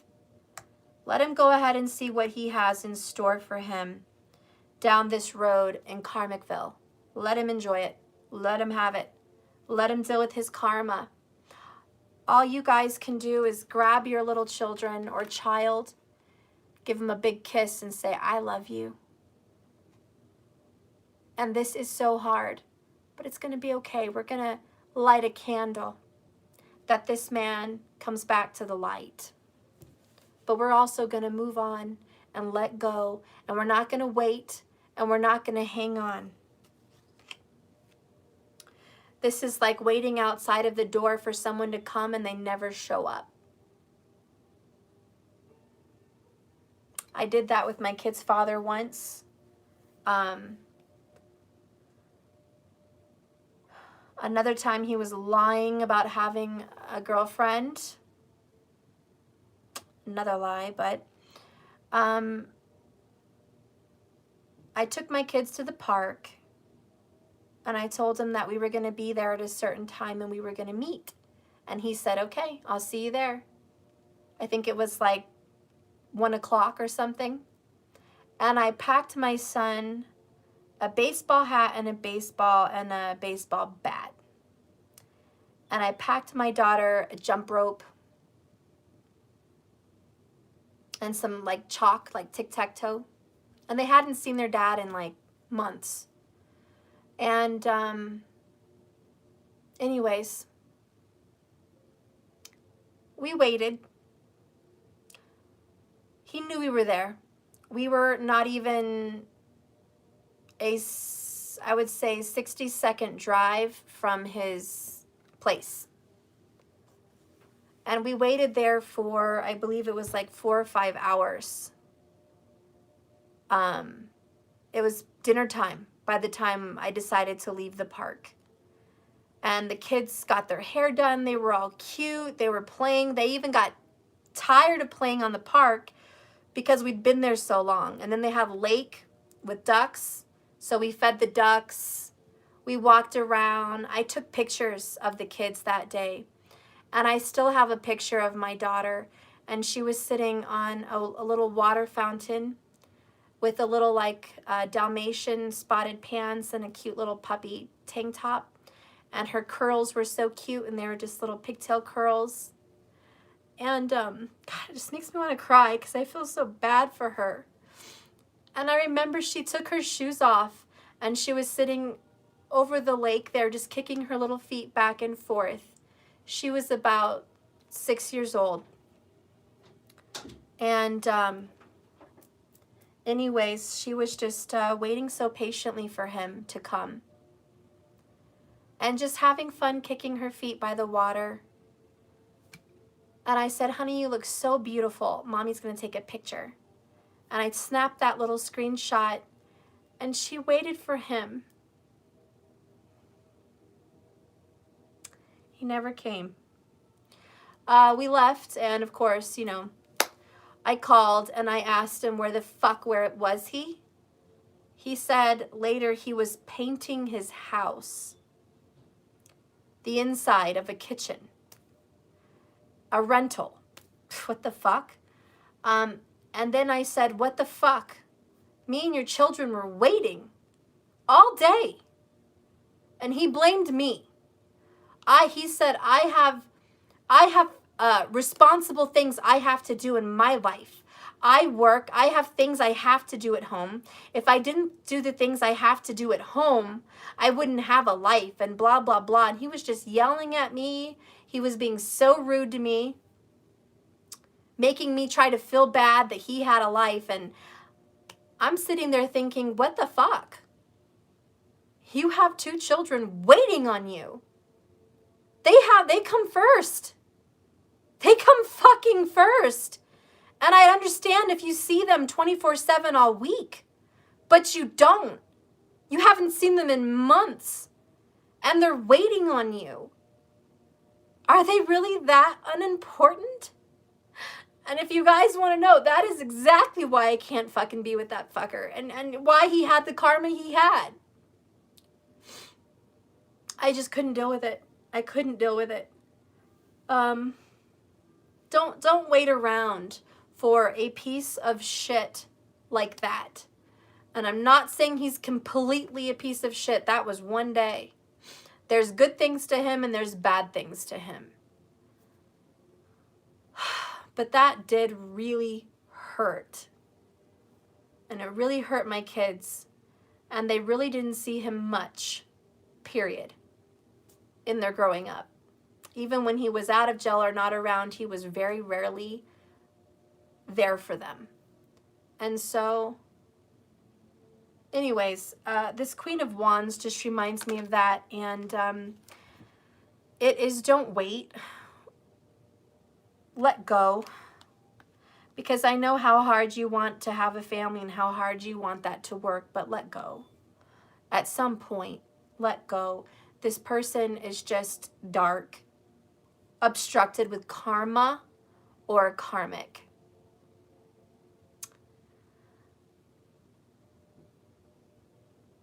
My only advice for you is don't waste your time. That's the 8 of Pentacles. Don't waste your time. Use your time wisely. Your children are only young once. You're only going to be hearing hugs and kisses and snuggles from them for a very short amount of time. And then they're off living their lives. You have a very small window to be in their lives. And that's what hurts so much for these moms, because not only do you know that you're enjoying your children for such a short amount of time, but that this man or woman is missing out on them, missing out on their hugs, on their cheeks, on their kisses, on their cuddles, on the cute way they talk, on the cute things that they do. And you're just like, how could you miss out? How could you miss out? How? And I can just speak from experience, believe me. And you think I wouldn't have to go through it again. But I did, for stupid karmic reasons. But I'm going through it again, but it is different this time because I'm not waiting. I am not waiting like that. And, like I said, had their father known then what he knows now, dead, he would have made different choices. because as he was shot in his back 3 times by someone in New York in 2018, he was still alive, running down the street with bullet wounds. And when he fell in the street and he was dying, some people came up to him trying to help him. And as he was trying to cough and like breathe, he was getting cold. He told the girl that was sitting next to him, and we got her number because the report, you know, the witnesses and all of that. And he tried to pull his phone out. And he said, "Can you call my kids? Can you call my kids and tell them, and my wife, and tell them that I love them?" He was stupid. He always called me his fucking wife, even though we weren't legally married. And we were separated. I was always his fucking wife. It was ridiculous, but that's how he acted. It's a ghetto New York thing. Believe me, you don't know about it till you're in it. But he told the lady to call his kids and his wife, and he had our number in there. And out of all the stupid girlfriends he had, and out of all the flings and people friends and everything, who was the last person on his mind? Who was the last people on his mind as he was dying? And it was us. Because I know he had a lot of regrets. And I'm sure things passed through his mind as he was dying. That day at the park, he should have been there. He should have been there. All those hugs and kisses, he missed out. He missed out. He missed out so much. And I guess the only grateful thing I can say is that God saved us a very big heartache. Because if we were close to him, like really close, every day and happy, and that happened, our lives would be completely destroyed. But because he distanced himself and because he did stupid choices, he certainly made it a lot easier to handle his passing. Because we were already feeling the absence, you know, and that is God's blessing right there. And it's a blessing for my children, because had he been a big presence in their life, they would have really been suffering. And let me tell you guys, they are suffering now. The little bit they were around their father, they are suffering now. They cry. My son has anger issues. They feel the loss. They feel that. They wear his jackets. They wear his hats. They have his pictures up. But then they act like they don't care. But they do. And my daughter, I can tell, is angry that she missed out on that relationship with him. And my son is angry at the person that killed his father and wants vengeance, of course. But he's also angry that he's growing up without a dad. And I can just tell you, if you are a woman that is keeping children away from their dad, don't.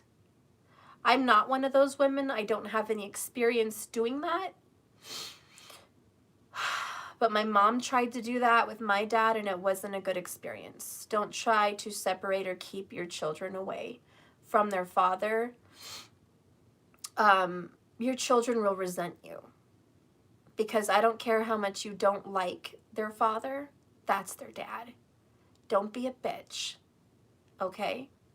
And I've had to learn that as much as I disagree with my littlest father, I would never keep him away from him. As long as my child is safe and cared for, I'm okay. Safe, cared for, and loved, actually, is the key word. I will not let my son go off with someone I feel does not love him and is not going to keep him safe. Okay? That's the only time you have a right to keep your children away, is for their safety. Okay? Their well-being and their safety. Other than that, you know, let them have that relationship, because they hurt. And I have teenagers now that are hurting, and I never kept their dad from them, but he kept himself from them, and they're hurting. So it doesn't matter who keeps who away. It's the fact that if someone is away, it's going to hurt. And if you are dealing with a hurt and there's nothing that you can do to help them have a relationship with their parent, if this karmic is really going to separate the children, or this man or this woman, this parent, really chooses to walk away from their child, the best advice is, Spirit is right, let go, don't wait, because it just hurts. And you put hopes in things, and you hope, and you hope, and you hope, and nothing's wrong with keeping hope alive, but if all you're doing is living a life of hope with no purpose, then it's not worth it. It's actually a life of sadness. So be a queen of fire, be strong, put down the burden, help your children deal with the pain of not having a father or a mother. And just, like I said, if they're still alive, they're still around, take it from my experience on that, please. Tell them that daddy or mommy is just not making good choices. And let's light a candle for them to come back. Okay? That's the best thing you can do. Really. The last card here that I'm going to read for you is the Phoenix Rising. Oh, what an emotional reading. I did not intend to get emotional in here.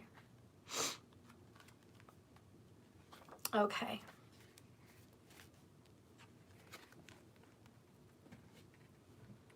Everything in your life is falling apart. In order for things to rise from the ashes with renewed strength. This is not a time to create, but a time to sweep away everything that has not worked in your life. The reason so many things are breaking down and not going your way is because the old cycle of your life is completing. You may feel that you're walking through the fires of life right now in order to be cleansed and purified for your rebirth. Soon you will not recognize yourself. You are reclaiming your spirit. If possible, try to isolate yourself from the chaos surrounding you. Now is the time for you to feel any pain that you have previously suppressed so that you can heal. The universe has plans and supports and opportunities that are better than you can imagine. So let go and trust and anticipate what is coming. Another writing down action is called here. Write down what you are afraid to let go of. Number your fears from the worst thing that could happen to the smaller fears. Then write down what could be a possible gift of facing that fear. Place your hands on the part of your body where you feel the most fear and pain, and say to yourself out loud, I am willing to let this go. Imagine being able to take the sensation of fear out of your body and into the palms of your hands. And envision that fear becomes a bird. Surround the bird with love and light, like a little ball of good energy, and surrender the bird to a higher source. Visualize it flying away. Repeat the word surrender. I surrender several times. So it's going to be hard to let this go, but just keep repeating that word surrender, surrender several times. Something good is coming to you in your life, okay? And this may be the hardest thing you've ever had to do, honey, but damn it. If anyone can handle this, you can, because you're coming in as the Queen of Wands. Eight of Cups pops out. Walk away. Walk away from this person. Frankly, my dear, I don't give a damn. Walk away. Sometimes you just have to walk away. Two of Wands, find your path. You're on the right path, remember? You're on the right path. You're being loving. You're being just. You're being fair. You're being kind. You're trying to create renewal. You're trying to have a second chance. You're trying to be kind to this person that's not being kind to you or your children. The last thing you have to do is walk away for your own self. Love yourself enough, guys. Love yourself and love your children enough to not tolerate such bullshit from a piece of shit. They need to change, not you. The only thing you have to change is loving yourself more. Being stronger for you guys. Being happier, making better choices for happiness. That's all that you need to change. The Wheel of Fortune. Love is going to turn around.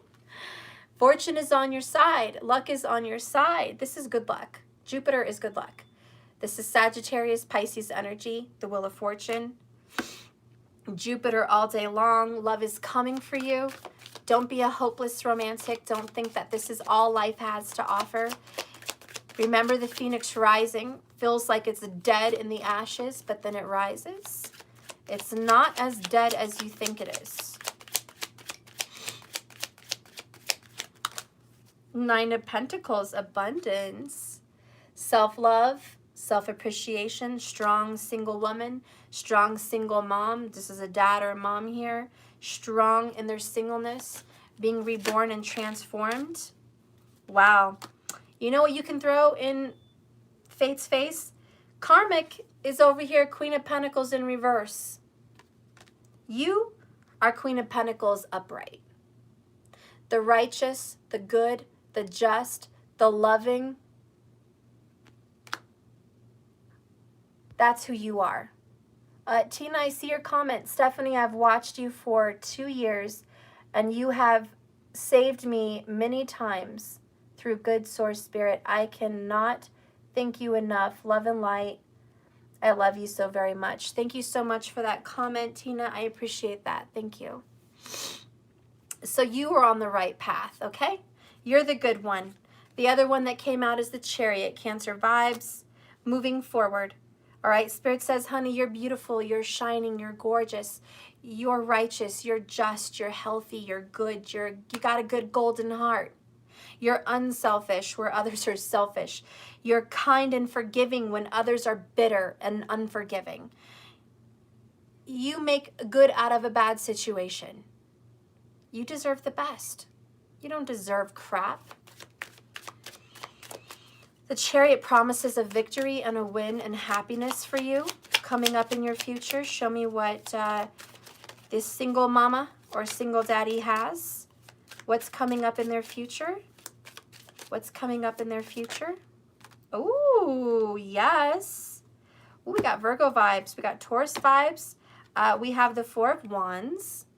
So you have a good marriage, a good loving family life in your future. Okay? You're going to have that responsible spouse someday. You're going to have real partnership. You're going to have a real person that wants to stand with you under this altar and says, I do, and means it. You're going to have someone that kisses your forehead because they cherish you. You're going to have someone that supports you financially, mentally, physically, and spiritually. You're going to have someone that loves you and your kids. You're going to have someone that appreciates you and sees you for the person you are. You're going to have the right partner for you, okay? We have the Hermit card here, which is going within, finding the truth, finding the hope and the star that is in you, okay? You have the Hierophant popping out. There's one more that was popping out. It's a Page of Wands and the Star card. They wanted to pop out. The other card that wants to pop out is, ooh, Broken Karmic Cycles. Look at that. So you're going to break this cycle, but mostly you get marriage, because 4 of Wands on the Hierophant is marriage. So you are going to have a commitment in your future with a Taurus or a Virgo. Could be a fire sign, but Taurus and Virgo is very prominent for you. You have a good relationship in your future. So don't be afraid to let this go, Queen of Wands. Don't be afraid. You will rise from these ashes. Trust me. Trust and believe. Okay, let's get a message on this hot mess over here. Let's just see what's going to happen with this person. Where's my golden tarot? Where is my golden? There it is.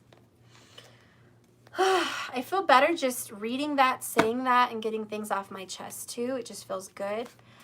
What's this person going to have coming up for them?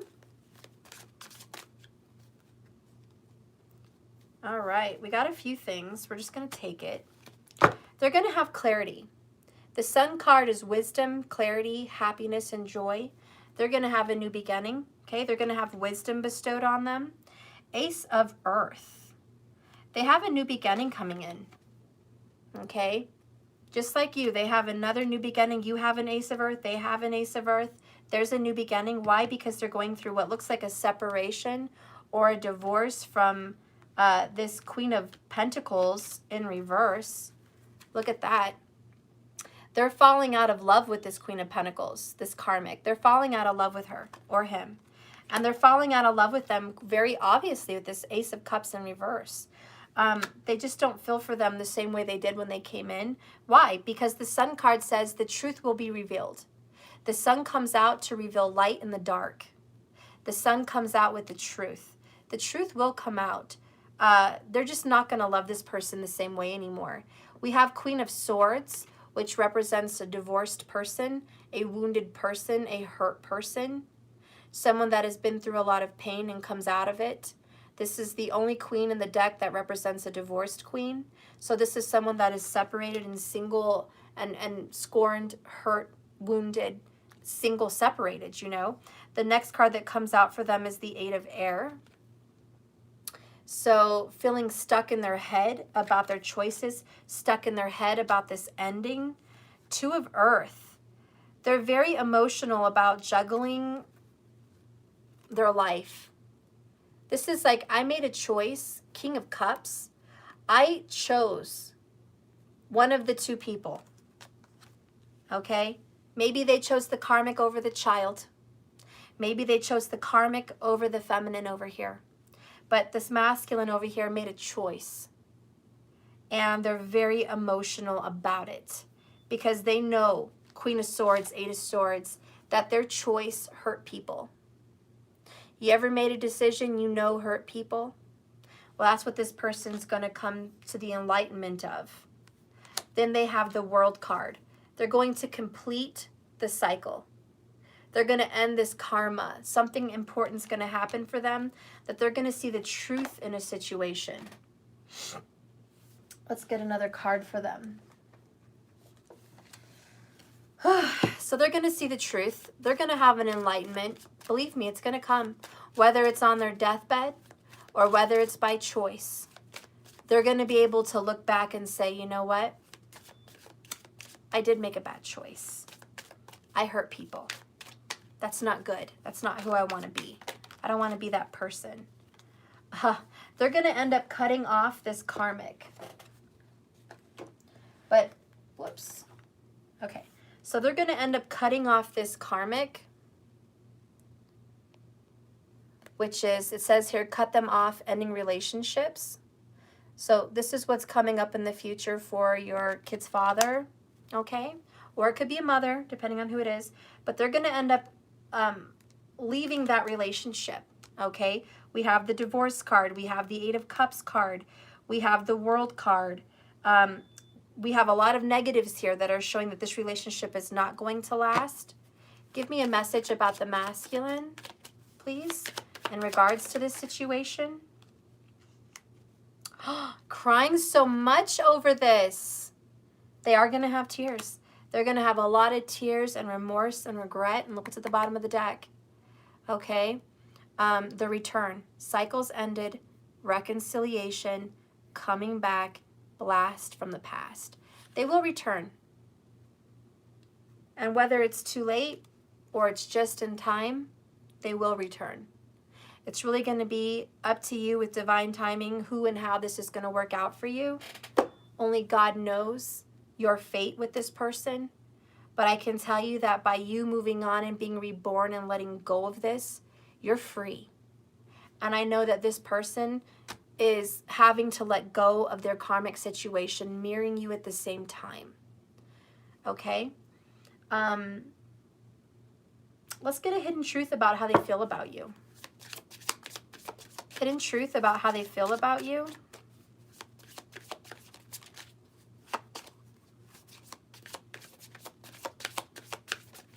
Ooh, extra card. What the heck? Knight of Wands. That was just in there like it's over. I don't know. This was just stuck in that deck. Knight of Wands. So they're passionate about you. They love you. They still care about you. They still have a desire for you. Bottom of the deck, I wonder if you are happy without me. Okay? So they're wondering, are you happy without me? Like, because they're under the wrong assumption. They think you're fine, which makes sense. Because my kid's father, before he passed, used to think I was happy.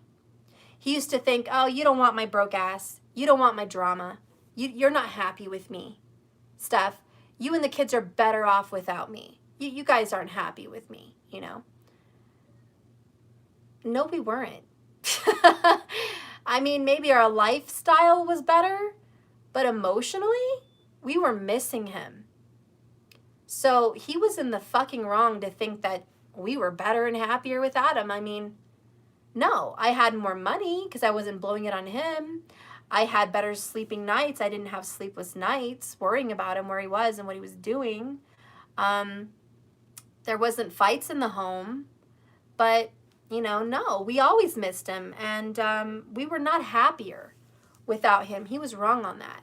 We wanted him to be in our lives, period. We wanted Daddy to be home.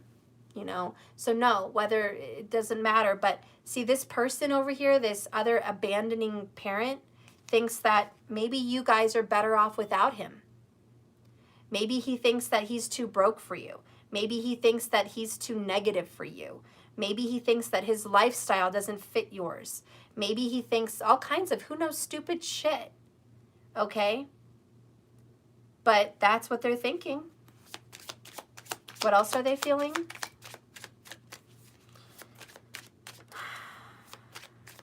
How about what are they feeling right now? I couldn't let you get close to me. We will be together again. So they plan on returning, maybe, you know. I couldn't let you get close to me. They're like trying to keep you from their drama. Again, this age-old saying, you're better off without me. It's stupid, but that's where their head is at. Their head is at where they think they are too much of a burden, too much of a problem. They have low self-worth, and they just think that you're better off without them. Okay? So, all right. How do they feel about this karmic? Let's get that. How does your kid's parent that's abandoned feel about their karmic? Ooh, they're holding back. They're holding back from the karmic. They're not letting the karmic know what's really going on with them. They're holding back their emotions, resistance, blockages, and obstruction. The karmic does not know half of the shit you know. They're just not fully letting themselves be themselves around this karmic. In fact, they're in and out and back and forth with the karmic. That's why they're headed for a divorce or a separation. 8 of Cups. Remember, we got that down here buried. But believe me, they're not stable in this situation like you would like to think. Okay? Show me more about this masculine. Show me more about this abandoning parent. Ace of Fire. Page of Fire. 7 of Air. Ooh, they're going to take action. They've been lying. They have been lying. Ooh, 7 of Swords. 10 of Swords. They have just been feeding this karmic with lies and bullshit. That's all coming to an end real soon, within a matter of weeks. There's a new beginning happening here for them too. Ace of Fire, Page of Fire. They're taking steps and actions for a reconciliation with their children or child or with you. They are thinking they're going to have to make amends. At some point in the future, there has to be some kind of a reconciliation, because secretly, Seven of Swords is secrets. They miss you. Six of Cups is nostalgic. It's also a sad missing energy. They are missing the children at the very least, if not you. And they are secretly not telling the karmic this information. They're holding back Ten of Swords. They're only giving them little pieces and bits of the information with the Six of Earth. They only feed the karmic what the karmic wants to hear or needs to hear. They're not telling the karmic the whole truth and nothing but the truth. Believe that. Spirit speaks. Spirit, what do you want to say about this relationship? What do you want to say? Ooh, setting the stage for change, baby. Setting the stage for change. Building up to the perfect moment. Allowing things to happen naturally. See, Spirit's got this. He's like, look, y'all can have your little chit-chats and your tarot card readings, but I know at the end of the day what your fate is. I know at the end of the day what's in your star chart. I know what's going to come and what's not going to come. And I know that change is coming. Building up to the perfect moment to allow things to happen naturally. Okay? So Spirit knows. You bet your buns he knows. He's just like, y'all just wait. I have a little surprise in store for you. You guys think you have it all figured out. You think you're so smart. Stephanie, you think you're so smart with your little tarot cards. You think you have it all figured out. I've always got tricks up my sleeve. That's what Spirit says. But like I said, seriously though, on a serious note, look at your birth charts. Look at your D9 Navamsha, Vedic astrology. You guys all know I follow Vedic. If you're new, you don't know that, but you should. You should follow Vedic astrology. Look at your charts and see what's up. See what's up in these relationships. It will explain a lot. Maybe even tell you what's coming up in your future. You're my other half. Little surprise, yin yang, soulmate vibes. Can we work things out? See, Spirit's like, you know, for the right people, there may be something working out behind the scenes. Why? Because I love you. Okay, I love you. Love is there. Bottom of the deck right now, I'm torn between two lovers. The 6th card, Lover's card. But it literally says torn between two lovers.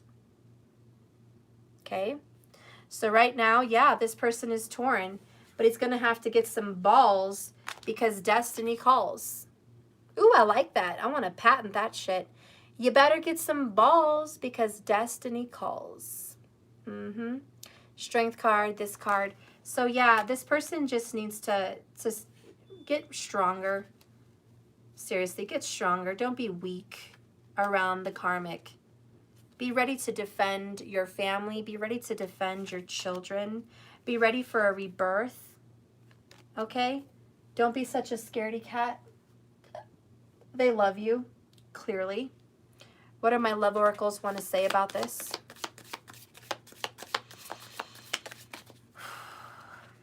Oh, genuine love. You know, when you have babies, honey, there's genuine love. There's just no way around it. Because you see each other in each other's eyes, right? You have these babies, you're like, look, I can hate your guts. But damn, when I look in our kids' eyes, I just love the person I fell in love with back then. You just can't help it. It's genuine. When you love someone and you share children with them, let me tell you what, guys, there's just no other fucking love. I mean, it is what it is. It's a deep love. You don't just wipe the slate clean. That's not how it works. Not with that. So there's a strategy in place, like playing chess, for mending bridges. See, a lot of you guys were surprised how this reading turned out. To be quite frank with you, I'm surprised. I have a lot of cards in here, guys. Okay, a lot of cards. Why the fuck am I getting these cards? Genuine love, mending bridges? Really? Okay. Well, that's what's in the cards. You know why? Check your chart. You know why? Karma. What goes around comes around. And I can promise you this, if I can't tell you anything else in my readings today, I can tell you this. That karmic person has a heap of heavy coming down for them. If that's the only thing I can tell you in this reading, they've done bad, they're going to get it. They're just going to get it. You've done good, you're going to get it. You're just going to get it. If that's the only thing I can tell you in this message is you reap what you sow. And that is the message here for you guys with your broken family, broken heart. It's a very difficult time, a lot of emotions in this. Hopefully my experiences have touched you in some way. Hopefully I've shared some lessons with you so you don't go where I went, hopefully. You know, and hopefully some of my advice has helped you in your situation. And I just hope the cards have revealed to you truth also, so you can move on with your life, because it's headed in a good direction, feminine. Masculine, guess what? You're headed in a good direction too. But it looks like you're going to have some drama. You're going to have some tower. You're going to have some breakup. You're going to have some karmic relationship problems before you get to the gold. Okay? So you're going to have to face your fears and deal with your hurts, your wounds, and your baggage. You're going to have to deal with self-worth. You're going to have to deal with the responsibility of your bad decisions. And you're going to have to take action to step up and do the right thing. So you've got your work cut out for you. But if you do the right thing, good things are going to come for you. So there's your advice. Do the right thing. Just do it. Do the right thing so good things can happen for you. Okay? Because you're not destined for misery unless you want to keep being bad. It's time to change. Remember, setting the stage, because change is happening. So allow it to happen naturally. So just let the cookie crumble where it may. If you're watching me and you're the masculine and your karmic relationship is crumbling, let it crumble. Quit breaking up and making up and breaking up and making up with the karmic. Let it end. Let it end. It's not good for you. Maybe you got lucky and saw this reading. Quit. It's destined for doom. It's destined for divorce and more heartache. And by the way, you're wasting time. You're wasting so much time. If you can take anything from me, dads or moms that are absent, don't miss time out with your children. They have cute, adorable little chubby cheeks. They want to hug you and kiss you. You're their hero. They just want to love you. They don't care about your money or your status, or if you're walking, you're on the bus, or you're driving a Mercedes. They don't care. They just want you.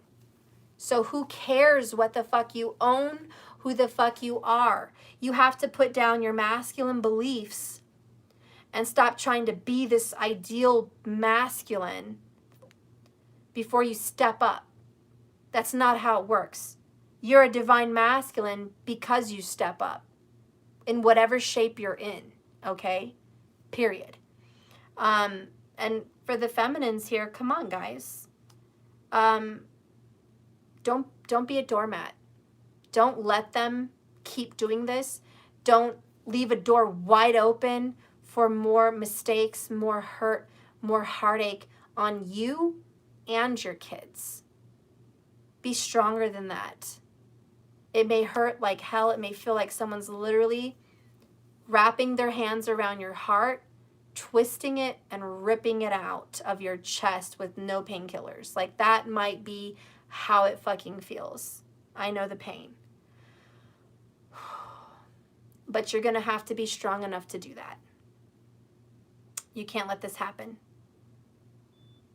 It's time to start healing. It's time to start growing. God's got your back. And the only thing you should trust is you're sowing good seeds.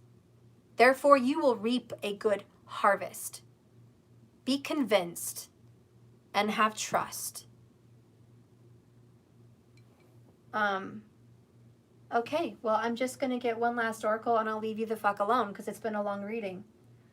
I'm going to do a quick one. I'm just going to do James Van Prague's The Soul's Journey cards, and we'll end that.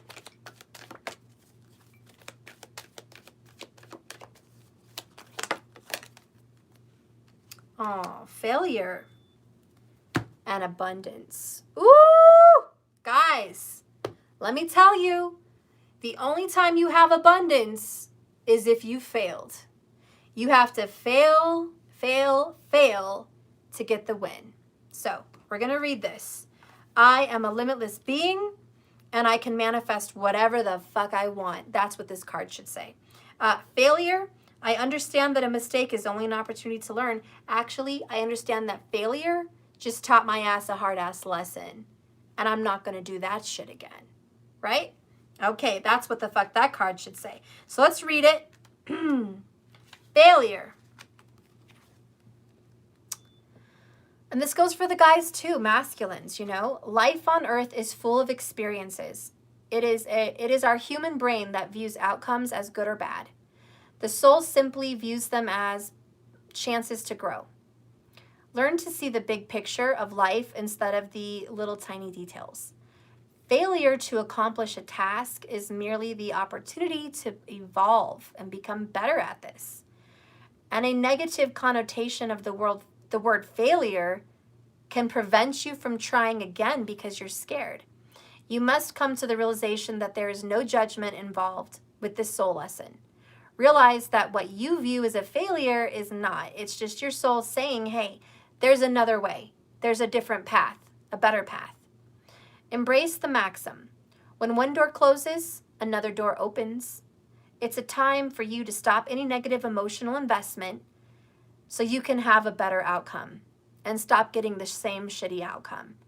Revel in the knowingness of now that everything will reveal itself when it's meant to.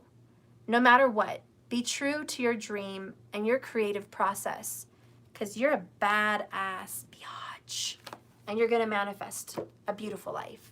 So that is my reading, guys. I love you. I'm sorry for the pain that you have suffered here.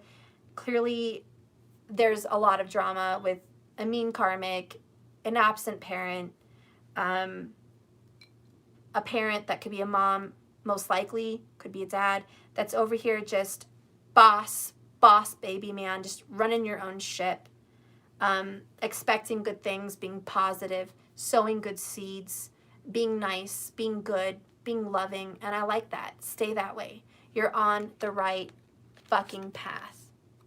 But homie, over here, yo homie, listen guy, girl, you on the wrong path. You all fucked up. You all kind of fucked up. Quit. Yes, I went ghetto on you right there, but I had to. Okay, because you're loyal to the wrong bitch. You're loyal to the wrong guy. All right? You got to switch it up. You got to learn. You just got to learn.